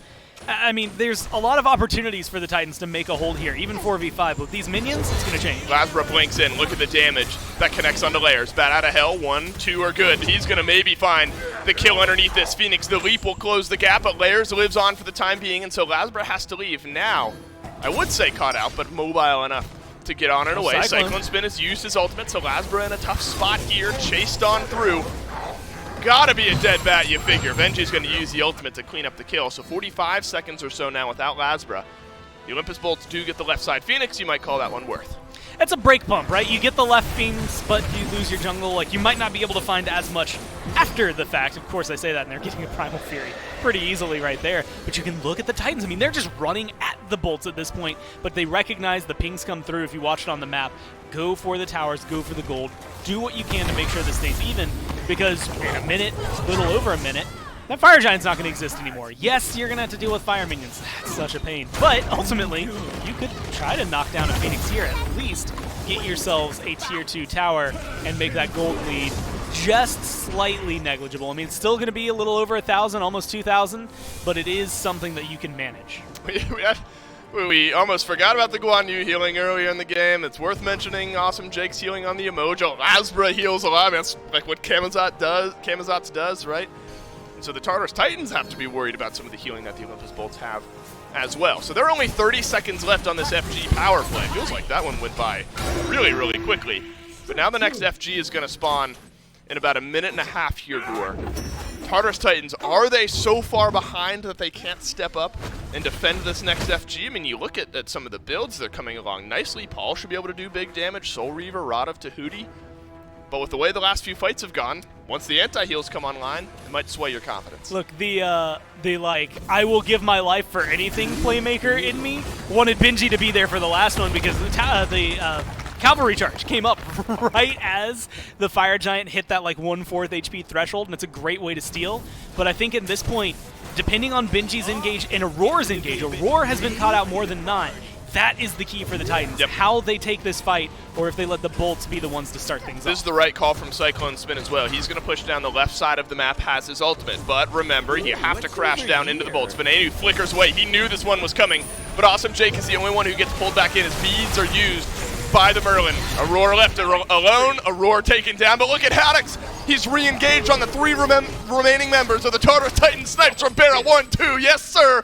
Double kill for the ROM. And now the Olympus Bolts pouring down the right side. I mean, this is exactly what you need if you're a Bolts fan right now. You wanted to bounce back. They not only bounce back, they're driving the Titans into their base. Into the fountain go the 3 surviving members of the Titans. You need some fountain healing in order to keep yourself in this game. The Bolts not wanting to finish it just yet, though. And they will rip Tide on away as Paul, Cyclone, Spin, and Benji look at the ashes of the left side and right side. Phoenix Fire Giant is respawning as we speak, and that's where the Bolts will go. Aurora's engage just isn't enough right now. Look, he keeps going up in the ult. He keeps grabbing 2. He gets some beads, but ultimately he just puts himself in a bad spot every time. And the Titans have ultimately fallen because they've lost their support within the first 2 seconds of the fight, as opposed to being able to maybe get the turnaround that they wanted. I think they need a different way to start approaching this fight. That's when I turn towards Benji. I mean, he's the other best engage on the team. You know that Paul's not going to be able to do it. He can get some good damage out there. Layers is the other person to look at. Because, right. I mean, if I'm looking at Layers, maybe you start, like, look, it's not Loki, but maybe you go Loki style. Maybe you start looking to the back line, because right now, grouping as 5 for the Titans hasn't been working. Maybe trying to get to the back, find a pick onto Vin or Barra, which is difficult. They're the only ones, just by metrics, that he's not going to be able to easily pull with his own Gravity Surge. Maybe that's where you have to go with it, but it's just so difficult now because you got 2 lanes of fire minions. So the Tartarus Titans now staring down the barrel of a game 3. And the last few fights just have not been close, have they? The Olympus Bolts have just kind of run away with the last few engagements that we've had here. And it's such a similar story to game 1, where an immobile support without beads keeps getting punished by the opposing team. We saw good pressure from Aurora early. Eventually, Awesome Jake kind of started counterplaying some of those pulls in. And, you know, it's kind of a non-conversation. That's the whole story with Ares, where you're somewhat immobile. If you can find a big pull, your team can be set up. If you can find even a pull, your team is going to be set up. But it feels like Awesome Jake has been the only one that ends up getting pulled in these last few times. So you're right, Gore. It's just been difficult for the Tartarus Titans to find those engagements. And this is where the shot calling and the decision making have to come up big. Your left side Phoenix is respawned. Cyclone Spin is over there pushing out that wave. Luckily, your right side Phoenix is close enough to the FG that somebody can deal with those minions. We're going to find out if the Titans want to contest. I think they have the capabilities to, but that is a great Rivers review. And it's on to Benji and the cavalry charge. Man. Oh, goodness, it does nothing. And Aurora will walk away, but walk away will only matter in a couple of feet. Barracuda on a rampage, 5:05 on the ROM. And without Aurora, without Benji, with only 3 members of your team, the Olympus Bolts don't care about the FG. Yeah, you've got fire minions in this lane. You've got a 5-man grouping. There's still Cyclone, Paul, and Layers, the damage dealers that are hanging out. You got your carries. Paul gets rooted by Haddix here. So blink down at least from Haddix. Titan staring at the impending threat. Layers looks towards Venenu, leaps over his spear, but he never comes down. Haddix gets the kill. Barracuda snipes towards Paul, and of course he hits him. And the Titan will fall here. The Olympus Bolts push us to a game 3. I mean, just patiently waiting there for Cyclone Spin to jump out of the wall. A great run down. And it just showcases the way the Bolts organized that draft was counter-engaged. The Titans go for the same style of play. Let's get aggressive. Let's get in there. Let's fight them. Yep. And the Bolts just say, okay, you know what? For a few levels, it's going to work out. It's going to work out just fine for you. And then in one time, Ares goes in, and almost dies on it. The next time he goes in, Rivers Rebuke locks him down and Yep. they kill him. And then any engagement after that, if Aurora went in first, Aurora was the first to die in the fight. Anybody who got pulled, like you said, most of the time it was Jake, didn't matter at that point. It was going to be a clean fight for the Bolts, and they continued that onslaught until the end. And you could really feel this shift once seemingly everyone outside of Barracuda had anti-heal on their Yeah. side. Pretty much. The team fights just kind of start spiraling for the Tartarus Titans, and they just couldn't keep up. I mean, look, when you have an anti-heal item that's defensive, great. I want defense on a front line anyway. I just had 3. When you got anti-heal items that also deal damage, great. I want that on a damage dealer anyway. Maybe it's not optimal, but it still feels good to deal damage and apply anti-heal. And the Olympus Bolts had a lot of it. Awesome Jake turns around his game 1. The Olympus Bolts do so as well. And we got a game 3 to see if the Olympus Bolts can make it at least a 1-1 weekend and if the Tartarus Titans can make it a 2-0 weekend. Stick around. Big game 3 up next.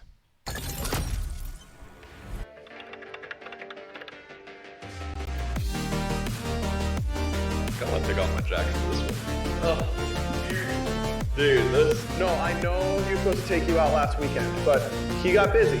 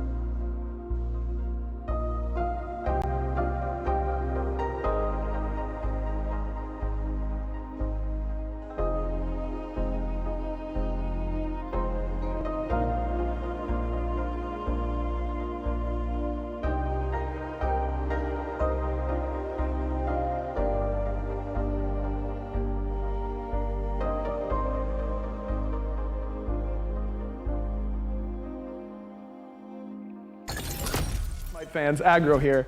Look, every single year, the SPL just keeps getting better. Season 7 was incredible, and in Season 8, I'm sure our players are going to take their game to the next level. But in order to do that, they're going to need the best gear they can get their hands on. And that's why I'm so excited to announce the title sponsor for Season 8 of the SPL is Alienware. Yeah, that Alienware. Our players are getting the best of the best in computer gaming. These Alienware Aurora Ryzen Edition PC setups are insane. Not only will these be the PCs that the players will compete on once we are in studio, but Alienware is also providing one for each player at their home setup to make sure their practice is as good as possible. Now let's get down to brass tacks. The specs on these Alienware Aurora Ryzen Edition desktops are amazing. An AMD Ryzen 9 16-core processor. That's a lot of cores. That's plenty of processing power. That's a lot of plenty of cores. If you want to stream, this is the way to go. I know a lot about my cores, so. I mean, Pilates, right? 64 gigabytes of DDR4 RAM. What? Is that true? That is true. I mean, this thing has 64 gigs of DDR4 RAM. Which you can do literally anything with. Literally anything. I've never had more than 16 gigs. That's quadruple the amount I have at home. And one of the hottest commodities in the PC world, an NVIDIA GeForce 3090 graphics card. Insane how much better this is than what I have. The best graphics you really need, Ultra, of course. Content's gonna look good. And what's the point of all the power if you can't see it? Players will also be using the Alienware 25-inch 240 Hz monitors. Man, when I load into scrims with this bad boy, I'm gonna feed so hard. And it's gonna be in perfect picture quality. We are so excited to be partnering with Alienware for Season 8 of the Smite Pro League. And the best part is, this VIP treatment, it's not just for the pros. You too can get the best possible Smite experience. Just go to smitegame.com/Alienware and use code SMITEAW to get special discounts on some of Alienware's best products. Thanks again to Alienware. Make sure you're following them on Twitter and Instagram. That's @Alienware on both platforms. And you can join their community at alienwarearena.com.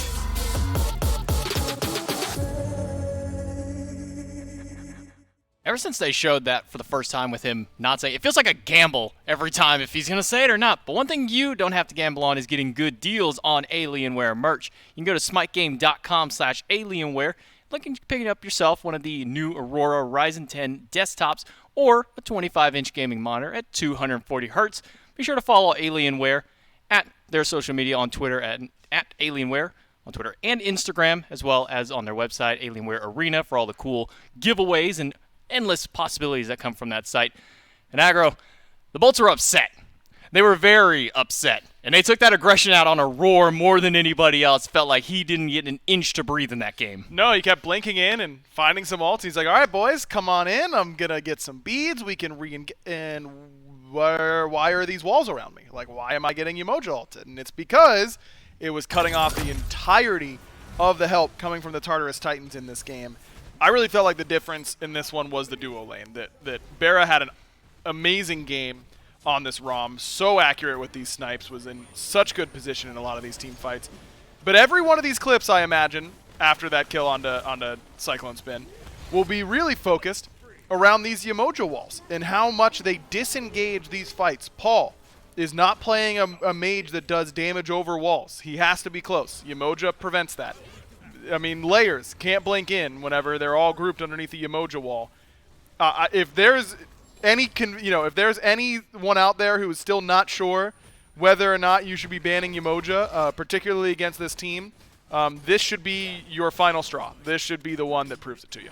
There are very few teams you should ever let the Umoja against. I'd honestly say probably every team should just have this god banned away. She's absolutely ridiculous. The River's Rebuke is an insane ultimate that if you don't have a way to get over it, you are trapped and you're likely dead on the back end of it, especially if you have the kind of follow-up that Austin Jake had between Barracuda, between Venenu as well. We didn't really mention Venenu, but he put out a very nice, not-so-silent 16,000 player damage on this Merlin. Good game. Both of them picking up Divine Ruin as well. One thing to note with it, so they shut down the healing that came from Paul and Benji. You could still see 8,000 and 2,600, but that could have easily tripled if they didn't pick up that anti-heal. Plus a Tainted Steel coming from Haddix. I really liked the buy-in from the Bolts on shutting down all this healing on the other side, and they needed it because there was that level of sustain coming from the Titans. But I really think that game simply came down to the Umoja. The one fight where, it was getting close, and then all of a sudden all of the Bolts disengage, heal up with the Umoja.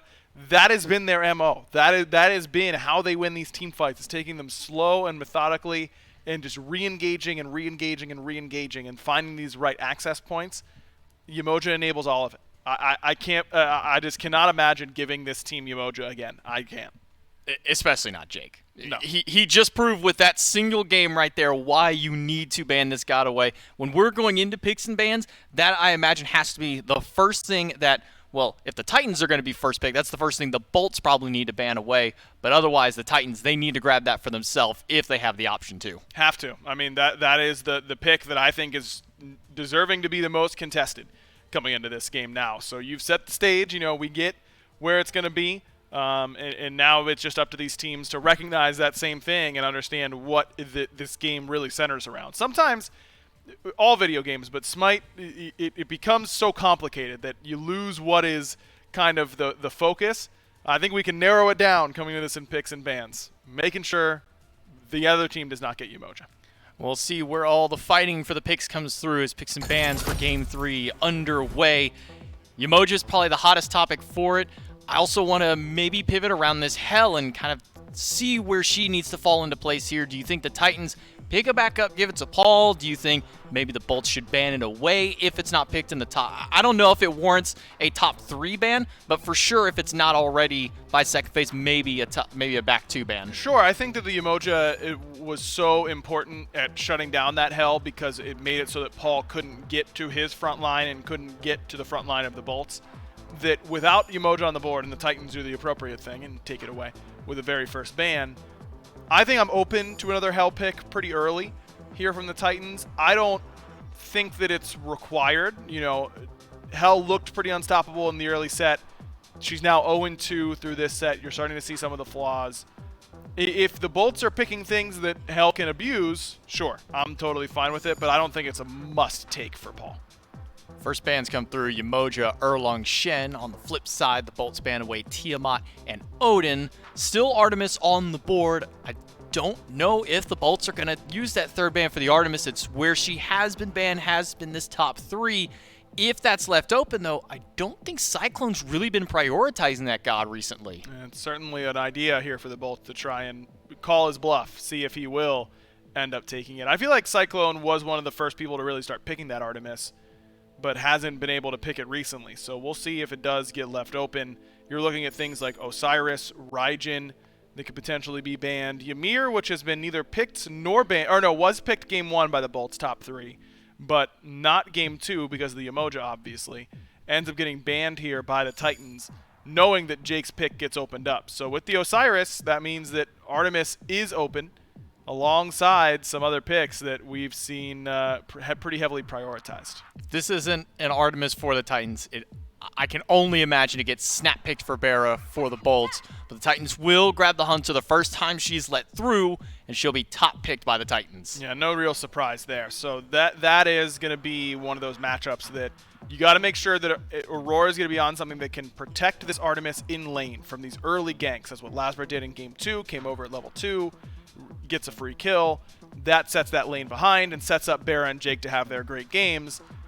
That can't happen against the Artemis because the Artemis would end up really falling behind. And so if I'm the Titans, I'm probably thinking about getting Aurora off of this Ares and putting him onto something a little bit more peel-oriented, at least for the laning phase, so that I can get this Artemis to her strong point.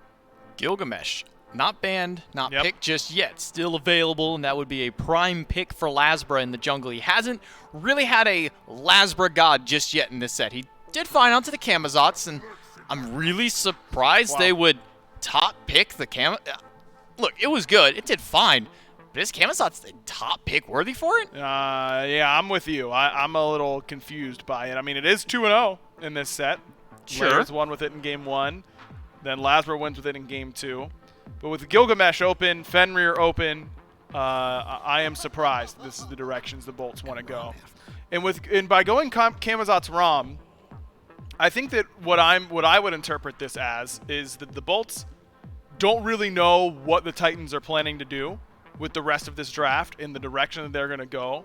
And so they all want to save for counter picks. You know, they all want to wait until a little bit later in the draft. So if that's the plan, if you want to wait, Rom makes a ton of sense. You're probably going to be going that anyways in the top 3. So you can wait on that. And Camazotz is something that Layers played and did well on, so we got to take it away, I suppose. But yeah, I'm not. You're never going to catch me being a Camazotz apologist. I just don't think that he's worth that top 2. And I don't know if he's worth the top 2 over the Gilgamesh, as mentioned, which is one of Lazarus' top picks in the jungle this phase. Raijin will go the way of the Titans alongside the Cerberus, who got banned out in, I believe it was game number 1 when they ran the Hell solo for the Bolts and didn't work out for him. Cerberus locked in. Gives a little bit of flexibility here between the support or the solo lane. And they're hovering something very intriguing. I doubt they'll go with it. Not if they want to win. I can't imagine that's the plan if they're trying to win, is to go Zeus. Everyone knows I love my boy, but not exactly the winningest god right now, I would say. And not against those 3, I would say, Not too. against those 3, no. Cerberus is an interesting one because it was banned by the Bolts both games in this set. So clearly they think that it's a value pick for the Titans. Both Aurora and Benji can play it. Getting that for him is a good lock-in, whichever one they decide to give it to. And the Morrigan makes much more sense for Venenu. This is the type of pick that I really like him on. Gives him agency, gives him playmaking potential, and he already has a great transform target in Camazotz. I like the idea of the Bolts banning the Terra because they're not sure where the Cerberus is going, but maybe they're trying to push it towards the solo lane, or maybe they're just hoping that it's not going support and hoping they don't waste the bans to it. But you do see quite a few bans coming out into the Guardian role, specifically Terra and Ganesh. Not the biggest fan of a Ganesh ban personally. Flip side, Titans are the one who banned their own Ares and a Xing Chen to boot. Makes me feel like the Cerberus is a little bit more likely to go support with those bans from the Titans. That they already have their Guardian. They're not worried about getting another one. Maybe we can just take some of these off the board and make it more difficult for Jake to find his home. And I really like the Sobek up against the Artemis in particular that Jake has gone for now. It does carry risk. If you Sobek pluck someone else and Artemis is right there, it's an easy trap underneath your feet and you have to ult out of there. But it puts threat on the Artemis without use of an ultimate. And so anytime Jake comes around, beads have to be up or you have to be ready to use your Caledonian board just to immune a pluck. And that can cause you some stress in a lane that needs to go fairly well in order for you to get to the point where you're pretty much unstoppable. So Sobek, not as strong as he used to be, a little bit riskier. I think especially with how few beads burners you have so far for the Bolts, the chances of Jake plucking someone, them using beads, and Jake dying for it seems pretty high. But if they can avoid those scenarios, I like the Sobek against the Artemis at least. This Kabrakan get locks in. I have no idea which lane this Cerberus or this Kabrakan is going into because both of these players really enjoy the god, but it's going to be Nemesis instead, who we've only seen one time so far this phase, has 100% win rate for the phase. That means the Fenrir is going support for Aurora. Not uncommon. We have seen some highlights with him on this god, but interesting to bring a Nemesis out of nowhere. Very interesting. And then to pick Cthulhu into the Nemesis is really surprising because normally that's one of the matchups you want to avoid is Cthulhu. You ult, you get Nem ulted, you get sundered, you die.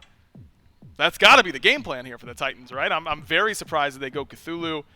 I think the Fenrir support makes sense to me. I was asking for something peel-oriented. Sometimes the best defense is good offense, and Fenrir brings that mentality to your lane. Artemis, susceptible to dying, but also has pretty decent kill pressure. So I don't have any problem with the Fenrir-Artemis duo lane. I think that can be strong.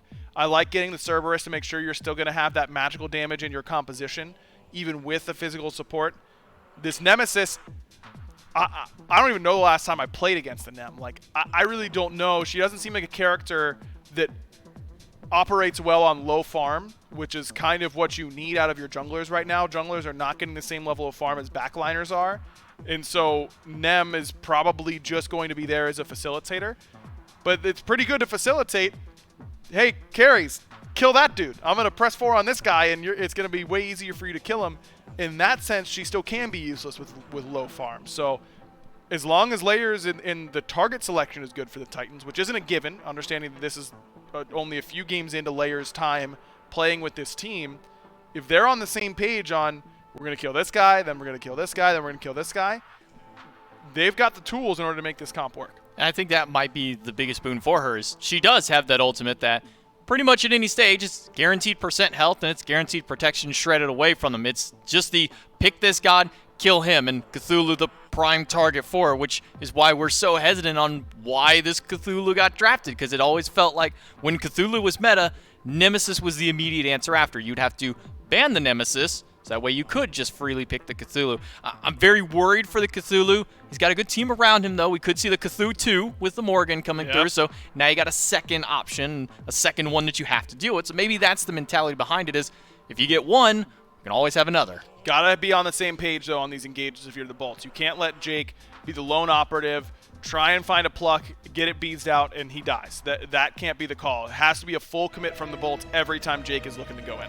Will the Titans bring down the Bolts, or will the Bolts pick themselves back up and get the victory? We'll find out with the casters. We're going to end this week in the SPL with a Game 3, and how important is this when the Tartarus Titans want to go undefeated this weekend, and the Olympus Bolts want to avoid going winless this weekend? Not something I thought I'd be saying here on this Sunday. My name is Dolson Gormizer, and Doug joined me one final time to close out this set. It is going to be Haddix on the Cthulhu solo, Awesome Jake on the Sobek support, and then Venenu on the Morgan mid, Gore, and I think that's where things start to pivot here. That Morgan in the mid lane can add so much to these team fights depending on where that transformation target is. Morgan in the mid lane with the Mannequin Scepter as well, the pickup for Venenu, so making things a little spicier in terms of the starter, but admittedly it fits pretty well with what style of play we have seen the Morgan kind of take on. Vin, a notoriously great Morgan player as well, something that has been banned out from the Bolts consistently throughout the year and pretty much last year as well.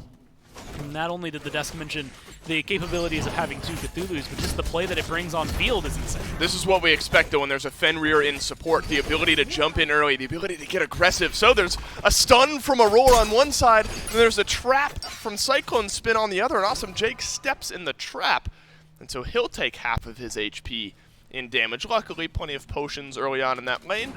Might not matter all that much, but maybe it will. Awesome Jake jumped on yet again, and Cyclone Spin swings for first blood. And that's what this lane's gonna do. You get the best hunter in the game, and you get an aggressive support. You put them together, they're gonna run you down in any way they can.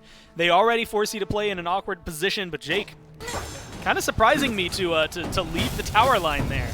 Ends up getting stunned out a second time, and then locked up. Cyclone Spin just gets to do exactly what any hunter would want to be able to do there. Hey, I'm going to sit back here, my support's going to set me up, and I'm going to knock you down every chance I get. So well played from the Titans to get the first blood. I wouldn't be surprised if they go for more like that. I mean, the control that they're going to be able to dictate just in the duo lane is huge.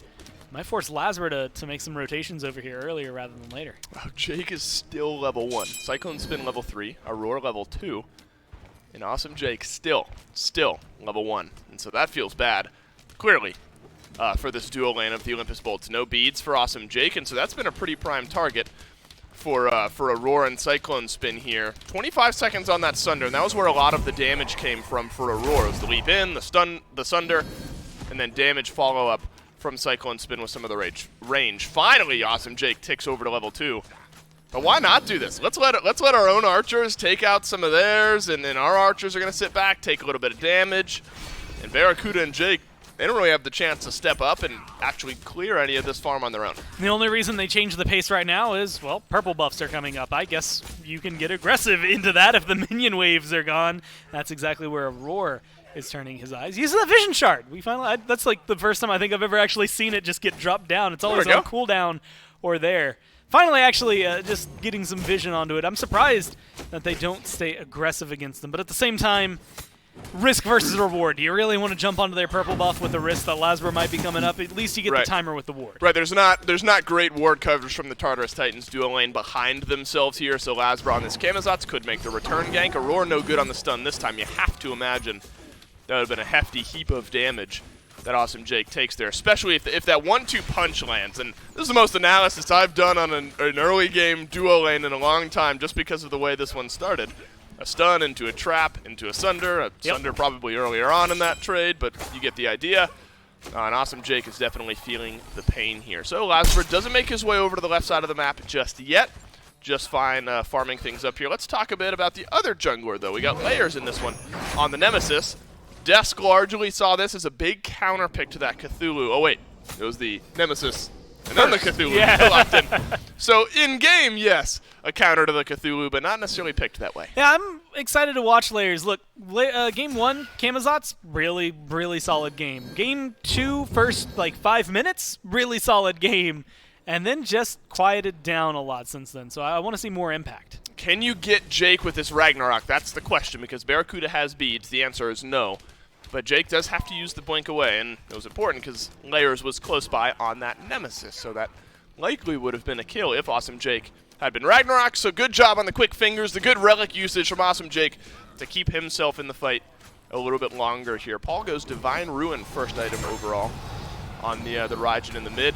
And that's got to be an exciting point maybe for this Tartarus Titans team. Because remember, Paul, all the way back in Game 1, as long ago as that was, Raijin, a big reason that the Tartarus Titans won that game. A lot of damage. He was able to go 5-0-5, I believe. He was a part of every single kill the team had picked up. And admittedly, since it was, 10-1, it was much, I don't even want to say easier said than done, because it's not even easy to think about trying to get 100% kill participation in a single game. But he did a lot of work in that one.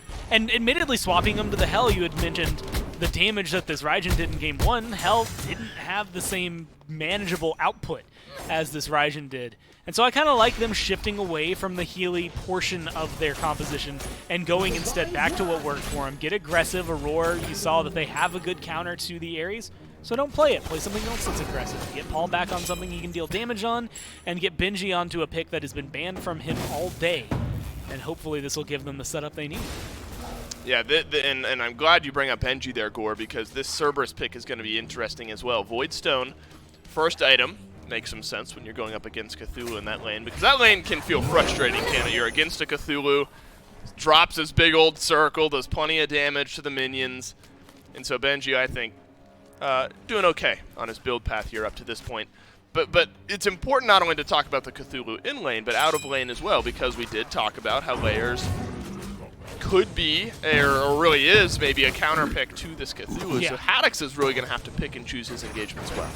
And the thing is Nemesis, it's just the shred, right? The best way to deal with Cthulhu is to kill them, because otherwise the middle of that team fight, it gets so chaotic, it gets so hectic, very difficult to truly climb and kind of know what's going on or avoid the abilities. They're just wide, and there's a lot of area of control. And so I expect a lot more of that from Haddix, and that's where the conversation comes in. Well, Paul, Aurora, Cyclone all do a lot of damage, so if Layers gets the ult onto Haddix, that should be enough to kill one. If Venenu also turns into Cthulhu, that's a problem in and of itself, and we can tackle that when it happens. Otherwise, it's not an easy problem for the Titans to solve. Still, can be dealt with a little bit of damage, right? Just kill him dead. It's just going to be harder since you won't have the second Nemesis ult. There is no second Nemesis ult. You just won't have it available for you.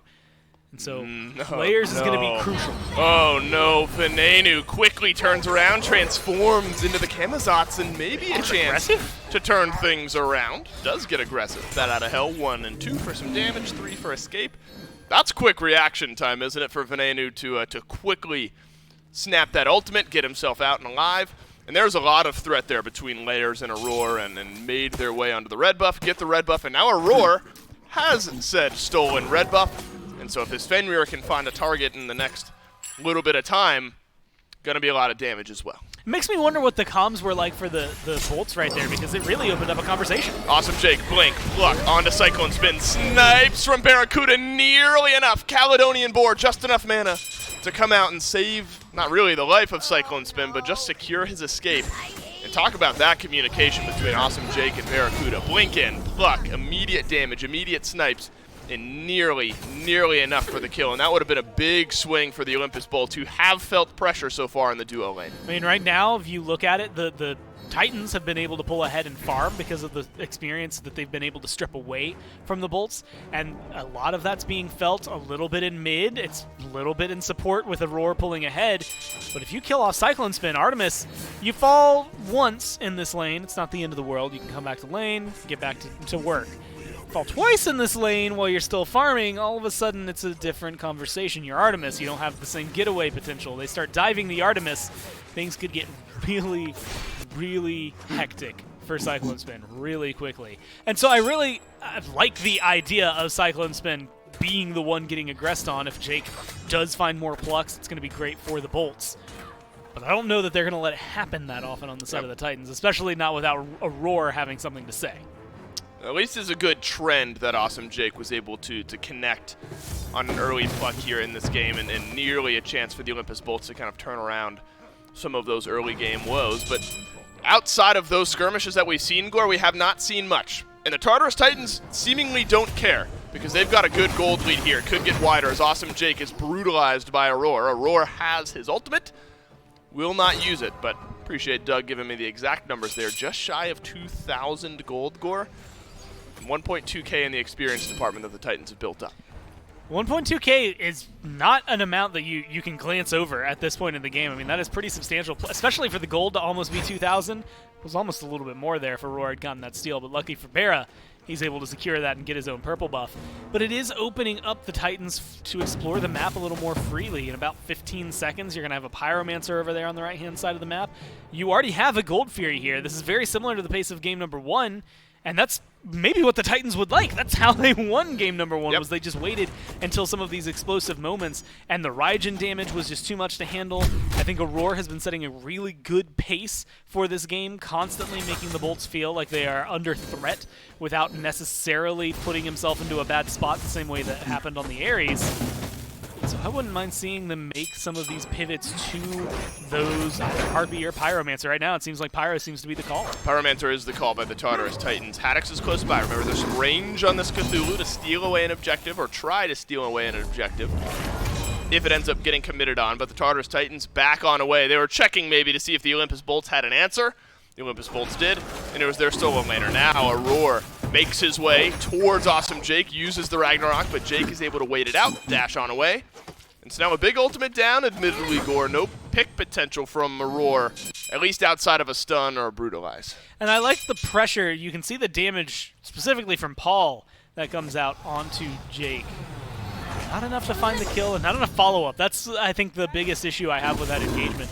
Otherwise, really solid, like you said, from Jake to just kind of be patient. Didn't really have a choice. Doesn't have beads. It's not like he's getting out of there anytime soon. Gotta wait it out. But it is a little worrisome for the Titans, right? If you don't get the follow-up off of Aurora's ult consistently, that could have been a free kill. Could have been a free kill, and it is a free Pyro now for the Olympus Bolts. Lasbro with enough sustain and damage at this point in the game is able to get the Pyromancer just cleanly enough for himself. So the gold lead shrinks back down a little bit. The Olympus Bolts, you've talked a lot, Gore, and correctly just so. In general. Yeah. Just in general, and I love it. You've talked a lot, Gore. There you go, that's my point. Just kidding. No, it hurt more that time than it did when I made the show. Yeah, the pause and there the was looks some in your earnest eyes, in right? there. There was some earnest. You have mentioned a couple times, Gore, and correctly so, that the Olympus Bolts are a big fan of the early Pyromancer pull. Yeah. And that's a great example of it. And so a little bit of that gold lead closed back up. And now it's Gold Fury to widen things back for the Tartarus Titans. Barracuda up in the sky, and it's reset, but not enough. Barracuda steals it away. Awesome Jake dies in trade, but the Olympus Bolts happy to get the objective. Vin transforms into the Cthulhu, but not for what you would think. They're not fighting. He just looks for the disengage. Is tanky enough now that he's not worried about it. Bera putting in the work, finally showcasing what that snipe is capable of, giving us the montage, and they use everything on the Titans to try and get there. I mean, Relics are in a really good spot. Only Blink from Benji is down, but ults, they dropped anything and everything they could. They might still be able to catch out layers, though. This is where the Olympus Bolts could fight back if there were enough numbers on this side of the map. Something about Barracuda and these snipes today. Game 2, he was hitting everything, it felt like. Now in Game 3, a big Gold Fury steal, and that's the threat. If you don't know where the ROM is, you don't know where the snipes are.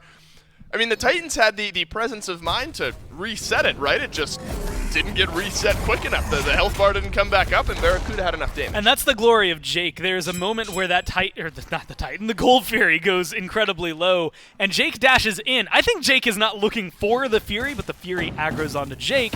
It's still in there, And all you need is one more shot from Bera, and that's enough to find the secure. Jake does lose his life ward. He's 0-2. It's the only 2 kills the Titans have picked up. But yeah, more than happy to do it. I mean, look at the gold lead. It's been taken down significantly. Still in favor of the Titans, but it's nowhere near that 2,000 mark that it was just a few minutes ago. So the Bolts, a Pyromancer, a Fury now taken for them, have leveled this back out 13 minutes in. And that's such a big threat, isn't it? The Titans on an early game objective on this side of the map, specifically the left side. Stone Cutting Sword plus Ikavale for layers. And then Ikavale and a few bows later on for Cyclone Spin. That's some of that early game power the Titans wanted to take advantage of and did 99.5% of the way. But Barracuda was able to call him on it. So the Olympus Bolts bring things very close to even. It's still about 500 gold in the lead for the Tartarus Titans. But a quiet game nonetheless, Score. And if a pace like this continues, the Olympus Bolts may be happy with it because they haven't necessarily been looking for these big plays, whereas the Tartarus Titans have been trying to find some engagements. The Bolts happy, though, to keep this game going at this pace. And the longer it goes on at this pace, the longer that the more likely it is that you're going to be able to get Vin and Haddix as 2 Cthulhus in the middle of a fight and cause a lot of trouble for the Titans in a lot of these engagements. All of a sudden, Layers is having to make some very difficult split-second decisions. Same thing for Cyclone Spin, Paul, and where their damage is going to go. If it's going to be enough, the zone from Haddix and Vin together should be enough to help Bera find some kills. And then you do have to question Lazbra's damage at that point, although looking at his build, he's going to be just fine. The Serrated Edge already finished. He's got a heavy mace. So they should be able to find good 5-on-5 fights for the Bolts. A lot of that depends on the Titans' counter-engage, specifically onto that Cthulhu. Killing Haddix is one thing, killing Vin is one thing, but you got to be able to do both to make sure that you can get to the back line. That also opens up the conversation of trying to kill Bera. That's a different can of worms to open. It is, right? Because we've mentioned Barracuda and his snipes in Game 2 and how the damage was there. He used the ultimate so successfully a couple times as self-peel, and then the rest of the team kind of moved on in. And so the multifaceted approach from Barracuda on that ultimate has been shown. So the Olympus Bolts, though, behind in kills, not out of this game at all. And the damage charts a moment ago, I think, told kind of the story of this game. Both junglers were at the bottom with about 3 digits of total damage each. And then the Tartarus Titans had a nice grouping towards the top of the damage charts because they've been the ones jumping in, trying to find those engagements. And the Olympus Bolts, outside of Awesome Jake a couple of times, have had those disengages. So this is where the games have heated up, isn't it, Gore? Where it's been slow in the early, right around that 16-minute mark is usually when we see things spark up, sometimes around the Oni Fury, sometimes around the Pyromancer. And again, the Titans have the ability with their builds, and at this point the Bolts do too, to maybe start up a sneaky Fury, so I imagine we'll see both teams find an answer. With Oni Fury coming up just a little behind the Pyromancer, it does open the conversation of which one comes first and which team wants to put that pressure on immediately. I mean, you had mentioned just a sneaky Fury. I don't even know if you want a sneaky one. Be loud about it. Get in there. See what you can do. Cool, Lazbra. I mean, I thought he was doing the Pyro. He did sneak it last time. He did last time, well, right. Sneak. He just kind of did it last time, which is why I was wondering if he might be there again. Instead, Aurora jumps onto Awesome Jake. The stun is through, but Awesome Jake doesn't care. He just throws Aurora on back with a pluck of his own. A nice stun from Benji. That slows down Lazbra on the re-engage. What's the answer from the Titans, though? The remaining members don't go towards the Fury. Instead, it's a bit of a grouping here on right. Bera is the one that you have to keep your eye on because he's pretty much the only member of the game, in fact, is the only member of the game that isn't in this grouping right now, and that's a good plug from Jake, but no immediate follow-up. Cyclone Spin uses his beads, though. That's important here as Haddix goes big, and he starts to run through the Tartarus Titans roster. Layers is low, Paul is low, Venenu, as the mini Cthulhu in this fight, has done some serious work as well. Lazbra's lost a 1v1, 4 levels behind Benji on this Cerberus with the Voidstone and an E-Staff, maybe no surprise there, but the Olympus Bolts, undoubtedly, Gore, healthier after that fight. I'm surprised. I actually like this. A staggered double ult where the Cthulhu from Haddix is really wreaking havoc in the front line, and like you said, mini Cthulhu running around for Venenu, but then he uses the ult to transform after Haddix de-transforms to ensure that they still have that amount of zone control. Typically we see both Cthulhus be very, very big and very, very troublesome. And now they're able to get that pressure onto the Pyromancer, but isn't going to be enough. is not a huge objective, so no need to throw your life away for it. The Olympus Bolts confirm the Pyro. Layers was close to stealing it away. It's a stealth Venenu closing that gap, waiting for the CC immunity to wear off and get stunned right on down. But the leap away from Aurora will secure his escape, and so the Olympus Bolts, they get themselves an easy Pyro, nearly get a kill onto Aurora. But that's all we have here on the red. And some red pings just occurred on the Oni Fury, I think recognizing that they have the capabilities to not only put pressure on it, but force the Titans into a bad fight. They just got a big ult from Paul, and from Aurora, and from Layers, and from Cyclone Spin. They're all on cooldown. Everything except for Benji's. But that's Stygian Torment, though, Gord. It's good, and the problem is Layers just came back up, same for Cyclone Spin. By the time they start up an Oni Fury, if they had, I imagine Paul's is going to be back as well. And instead, it's going to be the Titans getting aggressive. And the Titans are the only ones who have vision on this Oni Fury, but the Bolts know that something is up. Barracuda not in range right now with the snipes, and the Tartarus Titans do it quickly. That's what I was talking about. With the speed that the Titans could do this objective, why not start it up? And the Tartarus Titans do it. So the Olympus Bolts a little bit slow on the response to that one, Gore. And that's going to kind of bounce things back just slightly to the Tartarus Titans. The Oni Fury at this point in the game, not the best, because there's going to be people in those lanes clearing out those waves anyway. But a little bit of gold finds its way back to the Titans to the tune of 700 or 800 in the lead. I was going to say, the experience, it's at 600 right now. It was just 0 a second ago, so it is bouncing back and forth between these teams, favoring the Titans as they farm up a little bit right now. 700 gold is almost nothing. 20 minutes into the game, though, so this is literally as even as the game could get. Everything is pretty much stagnant at this point. And so it's going to be questions about the relics that are up. Beads down for Lasper right now for another 10 seconds. Same thing for Paul, who's about to be back. Same thing with Cyclone Spin, who just got his beads back and is waiting for his Aegis. As long as the next fight doesn't occur in the next 10 seconds, they're going to be feeling just fine. And yeah, they're moving towards a Fire Giant. They're moving towards Lasbra specifically as Lasbra jumps away. You were right the first time, Gord. Is the Fire Giant by the Tartarus Titans. Game number 3 hangs in the balance, and this would be a big play if the Titans can take down the FG and set it to jump onto Haddix as the ultimate from Layers makes its way onto the Cthulhu, who is now big in the backline, and Paul has deleted Jake from the game. Layers has gotten the kill onto Lasbra as well, and now the onslaught continues from the Tartarus Titans. Aurora in on the follow-up, but the stun is there onto the Fenrir, and Paul's got a double. The Raijin's starting to heat up. Oh, Finn transforms into Cthulhu, but what can you do here? Barra's up in the sky. They're just going to wait. The auto attacks might be able to find a kill here, but instead Barracuda jumped on Aurora's, got another for the Tartarus Titans. It's all but a deicide, and the Titans come up big. Venenu forced to walk away Look at those health bars. over the corpses of his teammates at this point. Nothing he can do about it, even with, as you had highlighted, the lowest health bars you can imagine on the side of the Titans. They were half or less. But all 5 alive. Dave, look, if you were suspicious about a Fire Giant before, now they have open invitation to start it up and burn it down. Jake is making his way to the right side of the map. Lurking in the waters, maybe. Barracuda's up in 20 seconds, so might have his snipes up, but I'm not sure this Fire Giant lasts 20 seconds. The speed at which the Titans can do this objective is huge. Jake doesn't have lurking in the water, so I don't know why I bring that up anyway. Fire Giant is low here. Can the Sobek make its way in, make a miracle steal for the Olympus Bolts? The answer is no, and the Fire Giant goes to the Titans. Olympus Bolts getting blanked here in game number 3. Awesome Jake gets pulled back in as well, and it's going to be an FG plus a kill for the Tartarus Titans. He tried to blink to disengage. He tried to get out, but a good ult from Benji pulls him right back in. Layers is looking like he's going to get a red buff for this, but for your troubles, you're going to lose a tier 1, probably a tier 2. And of course, you already lost your support 7-0. They have escalated as fast as they could. Awesome Jake, 0-4, Gormizer. The supports have traded back high death games, it seems, throughout this entire set here so far. As we take a quick pause, allows us to stand up, stretch our legs here a little bit. We are, and it's so interesting how these games, Gore, have heated up right around the same time in all 3 games, isn't it? Where it feels like quiet, maybe a pick, maybe a first blood here or there, and then things just sort of smooth over, and then at the 16-minute mark, 15, 16 minutes, mid-game hits, one of these two teams is driving things, and this time it's the Titans. And I like the way they did it, because they had that 2-kill lead. Again, both of those first kills were on to Jake, and they didn't really mean anything. But they lose that Fury, and they just pull back. They're like, you know what? He outsniped us. There's no way to fight this one. He definitely controlled that a little bit better, and the way that they played on the side of the Bolts was just a little stronger.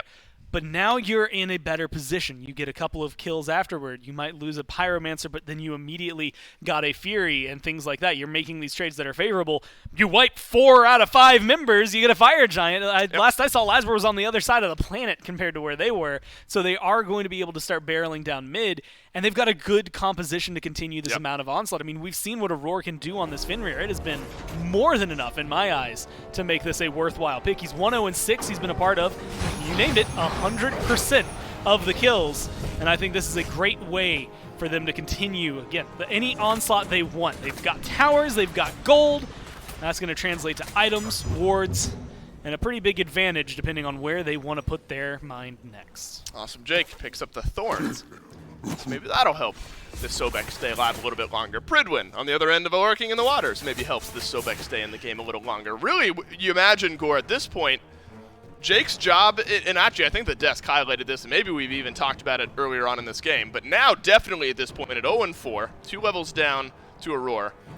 At this point, if you're Jake, your job has just got to be, I want to find a pluck on Nepal or Layers or Cyclone Spin. Hopefully they don't have beads. And we get a kill there, because I'm going to die likely in return. Yeah, I think it's going to be very difficult to figure out how to engage, because it's I'm going to call it the Aurora problem, because last game it was, all right, let's send Ares in. Ares dies. All right, let's send Ares in. Ares dies. What are you going to do now? Send Sobek in? Guess who's going to die? It's going to be Jake. So Haddix may be the one who could try to lead the way. Vin as well with a transformation could try to lead the way. But they've both been pretty quiet. Last engagement, the way it started was Layers jumping in, ulting Haddix, forcing him to fall back. And it was just kind of gifted to them that Jake fell into their laps and they were able to kill him there. But that slowed down a little bit since they started up. I mean, a good couple of kills, towers cleared out, they get a Primal Fury. But for the most part, this Fire Giant has been worked through. It's got maybe 30 seconds, maybe a little over a minute actually right now before it ends up falling off completely. Just under a minute at that. And so it means that there's not a whole ton to be able to get left on the map. At least you don't lose Phoenixes yet. But you do lose a lot of gold in exchange. 7,000 now in the lead are the Tartarus Titans. We've talked about the Bolts and their way of getting back into this game. The Tartarus Titans in game 1 and 3 now deserve every ounce of credit in the world, because this is a team that for a while lacked focus, maybe lacked drive, maybe even direction against some of the top teams in this league. Yeah, Jordan, where are you? Focus, wherever you are right now. Tune in, focus. The Tartarus Titans, though, this is a team that against the top half teams in the league have lost effectively all year long. They said it themselves. They farmed the bottom half teams in the league, and that's where they get their wins. But the shift, whether it's Layers, whether it's a team sit-down, whatever it is, this weekend this team has looked deadly, and they are 7-0 up over the Olympus Bolts, 7,000 gold in the lead as well. Something has changed with the Tartarus Titans, and they are driving things 1-2 fights maybe away from sending the Olympus Bolts packing 0-2 this weekend, Gore. That's not something I thought I was going to say. The Bolts come in this weekend 8-0. They are now 8-1 after a loss earlier on to the Kings. Remember, that one was convincing as well. A couple more fight losses here, and the Olympus Bolts somehow might drop 2 games, or 2 sets even, in one weekend.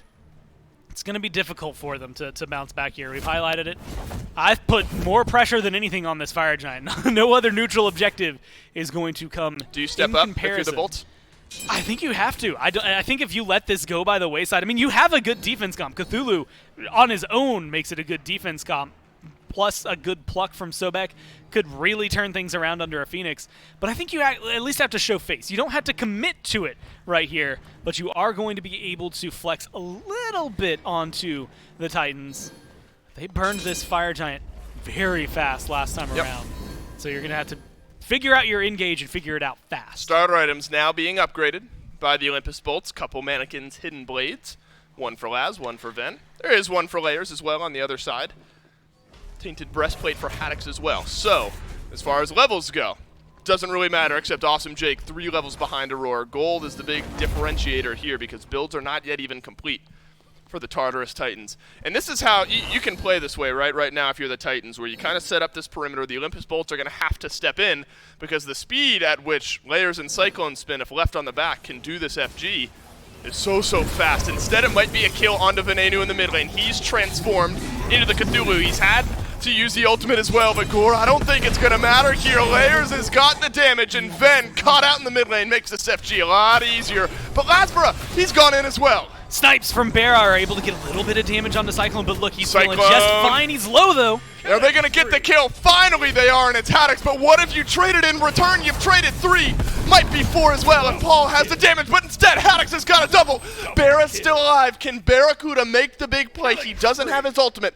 Awesome Jake never used his ult in that fight. Benji, Paul, Aurora, they're walking down mid. If that stun would have connected, likely would have been a dead Bera. Without Cyclone Spin, it's going to be very difficult to get things to roll your got way, Oboe. burning through a Phoenix. Yeah, I don't know if that's a call you're able to make. Bera is that threatening in this scenario. And I think it's also just because it would take so long. Just Paul, just Aurora, just Benji is not necessarily a structure-killing team. It is a jungle-clearing team, and it is a team that can get a lot of good positioning, say, around a Fire Giant, something like that. I don't even know if they can clear it. Paul might be able to help start it up. But once Cyclone Spin comes back in about 7 seconds, that's the key, I think, to the victory. If the Titans can get a fight like that without losing Cyclone, honestly, I didn't even trade Paul for Cyclone in that engagement, then you're going to be able to win off that. I was surprised that the Bolts re-engaged on that fight after Venenu got taken down so early. Then 8 Layers ultimate, that being or took the ultimate from Layers, that being said, but Layers is fine with that. It's still a Cthulhu. But then there was the second Cthulhu alive, and Haddix has a couple of kills in that fight, Gore. I think that keeps things a little bit more even than they could be, and even is maybe an overstatement. The Bolts lose 4, the Titans only lose 2. But Haddix is top player damage in the game at the moment, and so that's a big threat. And there's still 2 Cthulhus in these fights, and that's a big threat. And so I think the Olympus Bolts smart to step up. Imagine if Ven doesn't get picked there. That fight maybe looks a lot different for the Bolts. Not only a lot different, I mean, they lost Ven and still got 2 kills. That's huge for them. They had nothing going into that fight. So if they can get anything like that without losing even just 1 member on the Bolts, and they're just as able to bounce back into this. It's an 8,000 gold difference, though, David. It is a very hefty lead still for the Titans. And again, I think all credit at this point in this game still needs to go to the Titans. We're sowing intrigue, hoping that the Bolts can find a way back in. But we say, what if Ven doesn't die? But he does die because the Titans play it well. They find Venenu in the mid lane. They drop the ultimate. They get the numbers advantage. They only lose 2, and that's because the Titans are frankly outplaying the Bolts at the moment. Maybe individual mistakes for the Olympus Bolts have got us here. 0-5 is Awesome Jake. And so this Sobek, who didn't get his ultimate off in the last team fight because he's dying so quickly, has got to turn something around here as well. Perfect. That's what you want. And you got the ultimate from Cyclone Spin. Beads, ult down from Cyclone Spin. That's all you want from Awesome Jake. Exactly the kind of engagement you need. Like you said, that's so much safety stripped away from Cyclone. Has the Aegis, so it's not going to be an easy kill. But it's also Artemis. Where's he going to go? Yeah, it's going to be a lot easier. And it's just getting to the back line to deal with them. That's been the troublesome issue plaguing the Bolts right now. And Haddix did a good job last time of being able to separate them. I think between him and Vin, forcing the Nim ult is going to be huge. Yeah, but remember when I said Jake got some stuff off Cyclone Spin? He had to use his big escape tool. That's Blink, Thorns, and Ultimate used by Awesome Jake. So now Jake has to be doubly careful on who he plucks into. Layers has used his ultimate, so has Aurora. So these couple ultimates, and they're big ultimates. Layers has been using that on the Cthulhu. Aurora's been using that on priority targets now down. And so for a small period of time, Gore, maybe the ultimate's a little bit more comfortable for the Bolts. I mean, as long as they're feeling comfortable, that's exactly what you need. In this you surprised they're not pushing it? I'm a little surprised that the Titans are being as lax. I feel like they'd be forcing the issue as of right now, trying to force the Bolts to get forward, get into the fight. And it's not surprising. I mean, look, Jake's 0-5. He's not going to be getting aggressive right now. I'm not surprised to see them slowing it down a little bit. I actually like the way they're playing the map because most of the minion waves are in their favor. They're going to be able to clear up some of their buffs, but they are right now lacking red, the enhanced red that's on the left, enhanced purple that's over there sitting in the left. And so that might be a small advantage for Paul just because that's the big difference maker. He's going to be able to hit very hard in this fight. And with Cyclone Spin still lacking at least the beads, it would have been a good opportunity to try to kill off a carry. Yeah, we got to look at Benji here in this game as well with Voidstone, E-Staff, and Spear of the Magus. He's still healthy enough. Look at those health bars, or the health ticks on the health bar. and he's done a lot of damage at the game. Benji has now taken over the top damage spot from Haddix. Paul right behind him as well. 306 is Benji on the Cerberus. And that just hurts, right? When a frontliner can do the amount of damage that Cerberus does, whether it's Barracuda receiving it or Venenu receiving it, hell, even Lasbra, things get difficult. When you're trying to peel a frontliner off you and he's able to do half of your HP in damage, your life just becomes a little bit more difficult. And so the Tartarus Titans do slow things down here, Gore, and this is what was a big FG anyway as far as the game went, now even bigger. We've crossed that 30-minute threshold, so it's going to be an enhanced fire giant. And depending on the way this fight goes, it could decide the set. Whoever gets the FG, if that carry is still alive or your jungler is still alive, still could decide the set, even if you lose some team members. Vin just finished off Arata Tahuti, going to be making it back to the fight. That's a lot of damage now that he's going to have online, a lot of power that's going to come behind those abilities. A good punch for him to pack. Lasbra as well, they've both been relatively quiet. We'll get to see if they can really step up for this fight. Crusher just finished from Lasbra. Ideally, that's going to help you burn through someone on the team. They just have to survive long enough and engage well enough to get to someone. That's been the big issue. Aurora is the driving force in this game. His leap has been everything. It's the counter-engage from the bolts that's going to stop that. You know how long we've been doing this, Score? Cyclone Spin's got his beads back up and his ult back up. Awesome Jake has both of his actives and his ultimate available as well.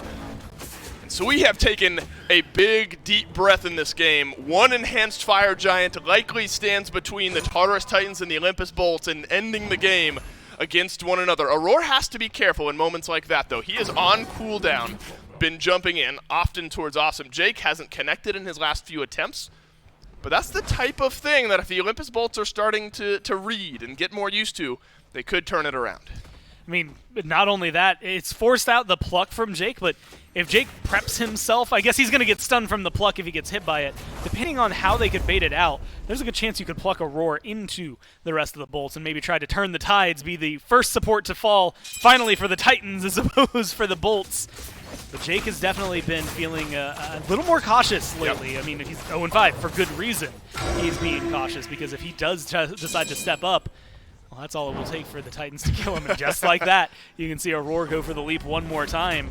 I'm just surprised to see that the Titans aren't forcing them to jump into the fight by starting up the fire. I don't think they feel as confident. Admittedly, they shouldn't in their capabilities of burning it down. Either A, fast enough that the bolts don't take it, Bear's got too good secure, or C, or B, I should say, that you don't just get run down by two Cthulhus. Do you have to? Do you feel like this benefits the bolts though? Because they are way behind in this game. If you just look at the gold charts, XP again doesn't matter as much. Awesome Jake is the only one still catching up to level 20, but he is catching up to level 20 as this game goes on. Builds now starting to be completed when they were completed earlier on for the Tartarus Titans.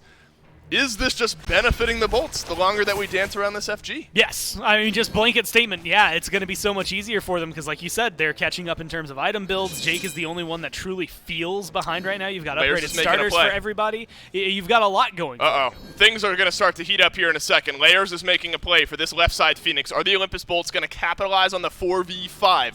Pings haven't rang out. That's because the W keys are being pressed, and they're looking for Aurora. Oh they're looking for Benji, but Aurora's able to jump on out. Layers is going to get this Phoenix for free. Can the Bolts get enough in the meantime before Layers rejoins the fight? Benji, he's been locked back with the rest of the Olympus Bolts here, and finally a kill comes on through, and it's Barracuda who picks it up. Now Aurora's alone in the backline. A 2-kill swing would be big, but Layers, he's on the Titan. He's going to do it all on his own. The Olympus Bolts, they're not going to make it back. What a call from the Titans, but Lasbra's here as well. Layers not able to get the damage in, but he does at the end, and the Tartarus Titans take down the Bolts yet again this weekend. What a play. I mean, I love the way the Bolts aggressed into it, but the Titans, they knew what they wanted to do. They sent Layers over there. That Phoenix died fast. Like, that Phoenix was burned down before the Bolts were even able to get next to the Titans, let alone before they got a kill. They finally get something. They get Benji. It feels like good. They bite the hook, and the Titans just start reeling them in. I mean, like the perfect fishing analogy for it. They get baited as hard as you could away from the Titan, and by the time someone gets there, it's the 1v1. The Titans 3 hits from dead. Layers just has to make sure he hits it, and he locks it down. That's amazing. Gore, we sat for like 10 minutes and did nothing. At the Fire Giant. And then in like 30 seconds, the game is over. Layers makes the call. Layers tweeted after game 1 and said, I did nothing, but we still won. He tweeted after game 2, I fed and did nothing, and we lost. Game 3, Bayers comes up big, makes the big play, gets the Tartarus Titans a 2-0 weekend, and the Bolt score? An 0-2 weekend for the Olympus Bolts. Tough sledding for the Bolts squad. Some mandatory fun time is in order.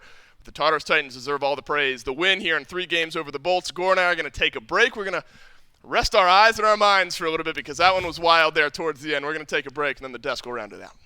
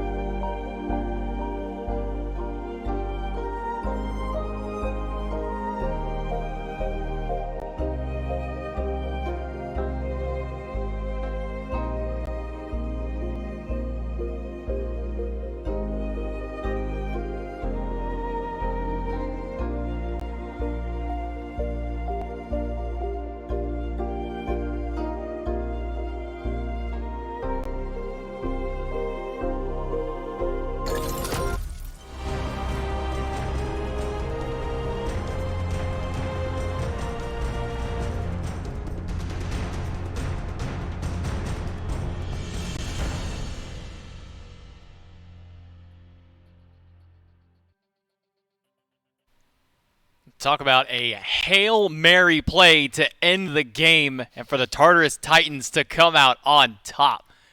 That's not a play I would expect to come out of the Titans, let alone really any team here. Before we break down that game, we'll give a final shout out to Inside Apparel, our merch sponsor here at the SPL. You can get all of your sweet SPL swag over at shop.smiteproleague.com. Hoodies, t-shirts, beanies, jerseys, whatever you want, we've got it over there.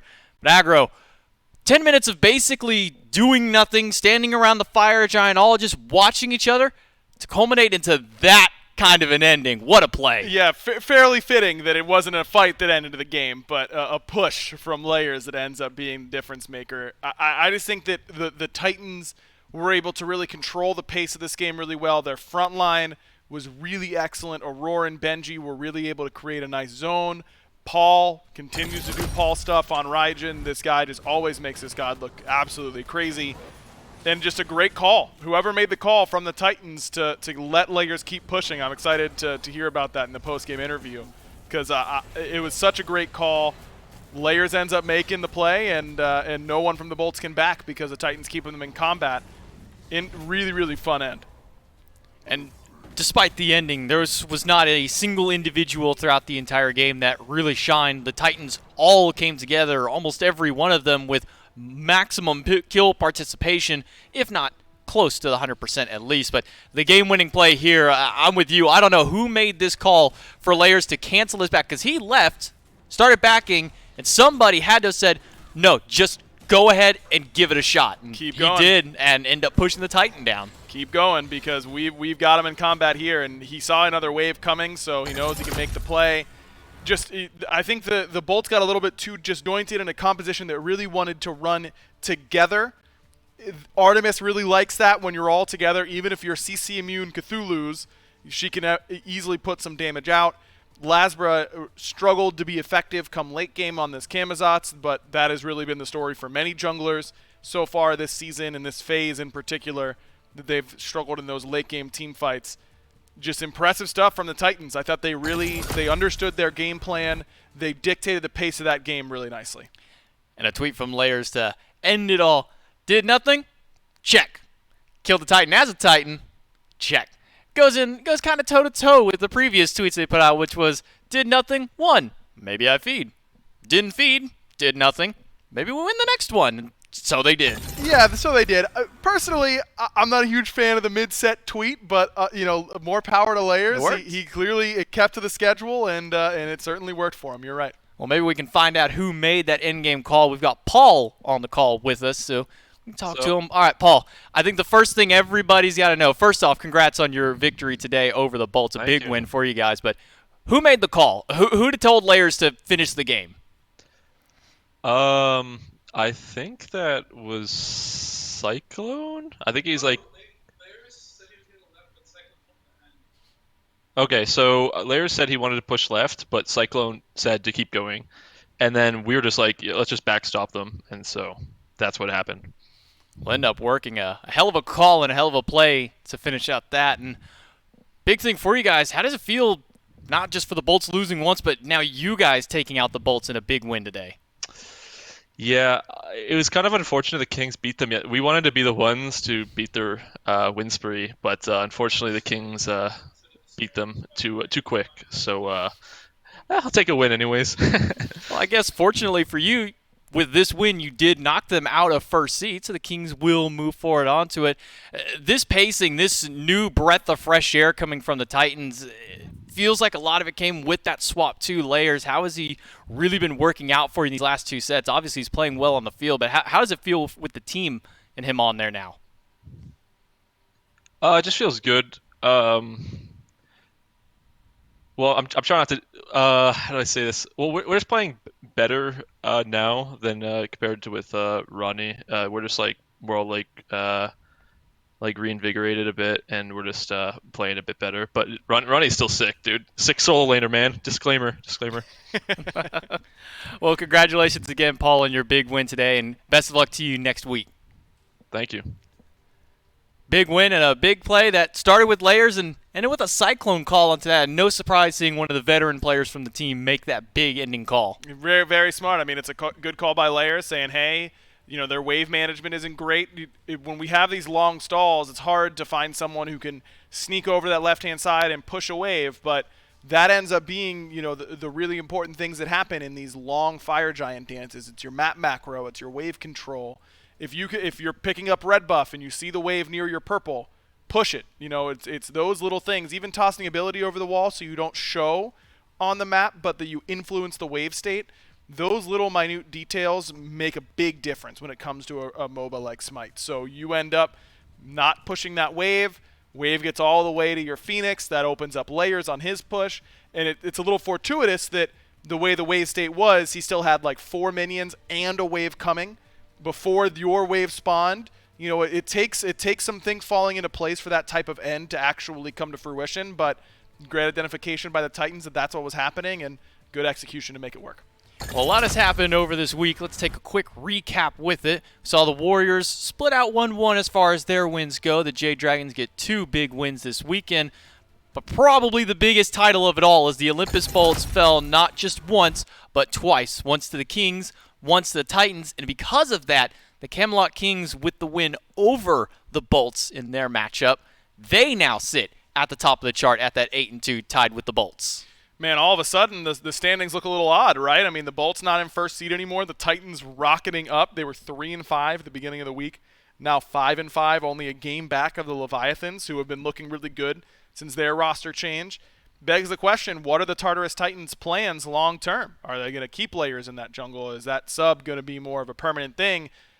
Kind of hard whenever you just beat the top seed and knocked them out of the top seed to not make that a more permanent change. I'm interested to see what's going to happen there. Well, let's look ahead and see what the Week 7 schedule is going to look like for these players. The Olympus Bolts will take on the Solar Scarabs, as well as the Atlantis Leviathans and the Tartarus Titans. That's another huge match for the Titans if they can pick up a win there. Camelot Kings and the Valkyries, Jade Dragons, Oni Warriors face off on Friday. Saturday, we'll have the Scarabs and the Warriors, Leviathans, Kings. Looking towards Sunday, Titans have another match versus the Valkyries, and the Jade Dragons versus the Bolts, another big potential match to be looking forward to. Huge week next week. 3 matches that immediately jump off the page. Leviathans, this is a big week for them. How good are they really? Right now, of course, we've still got plenty of time before the World Championships, but this will be a real measuring stick week for the Leviathans. I believe they had the Kings and the Titans coming up this week.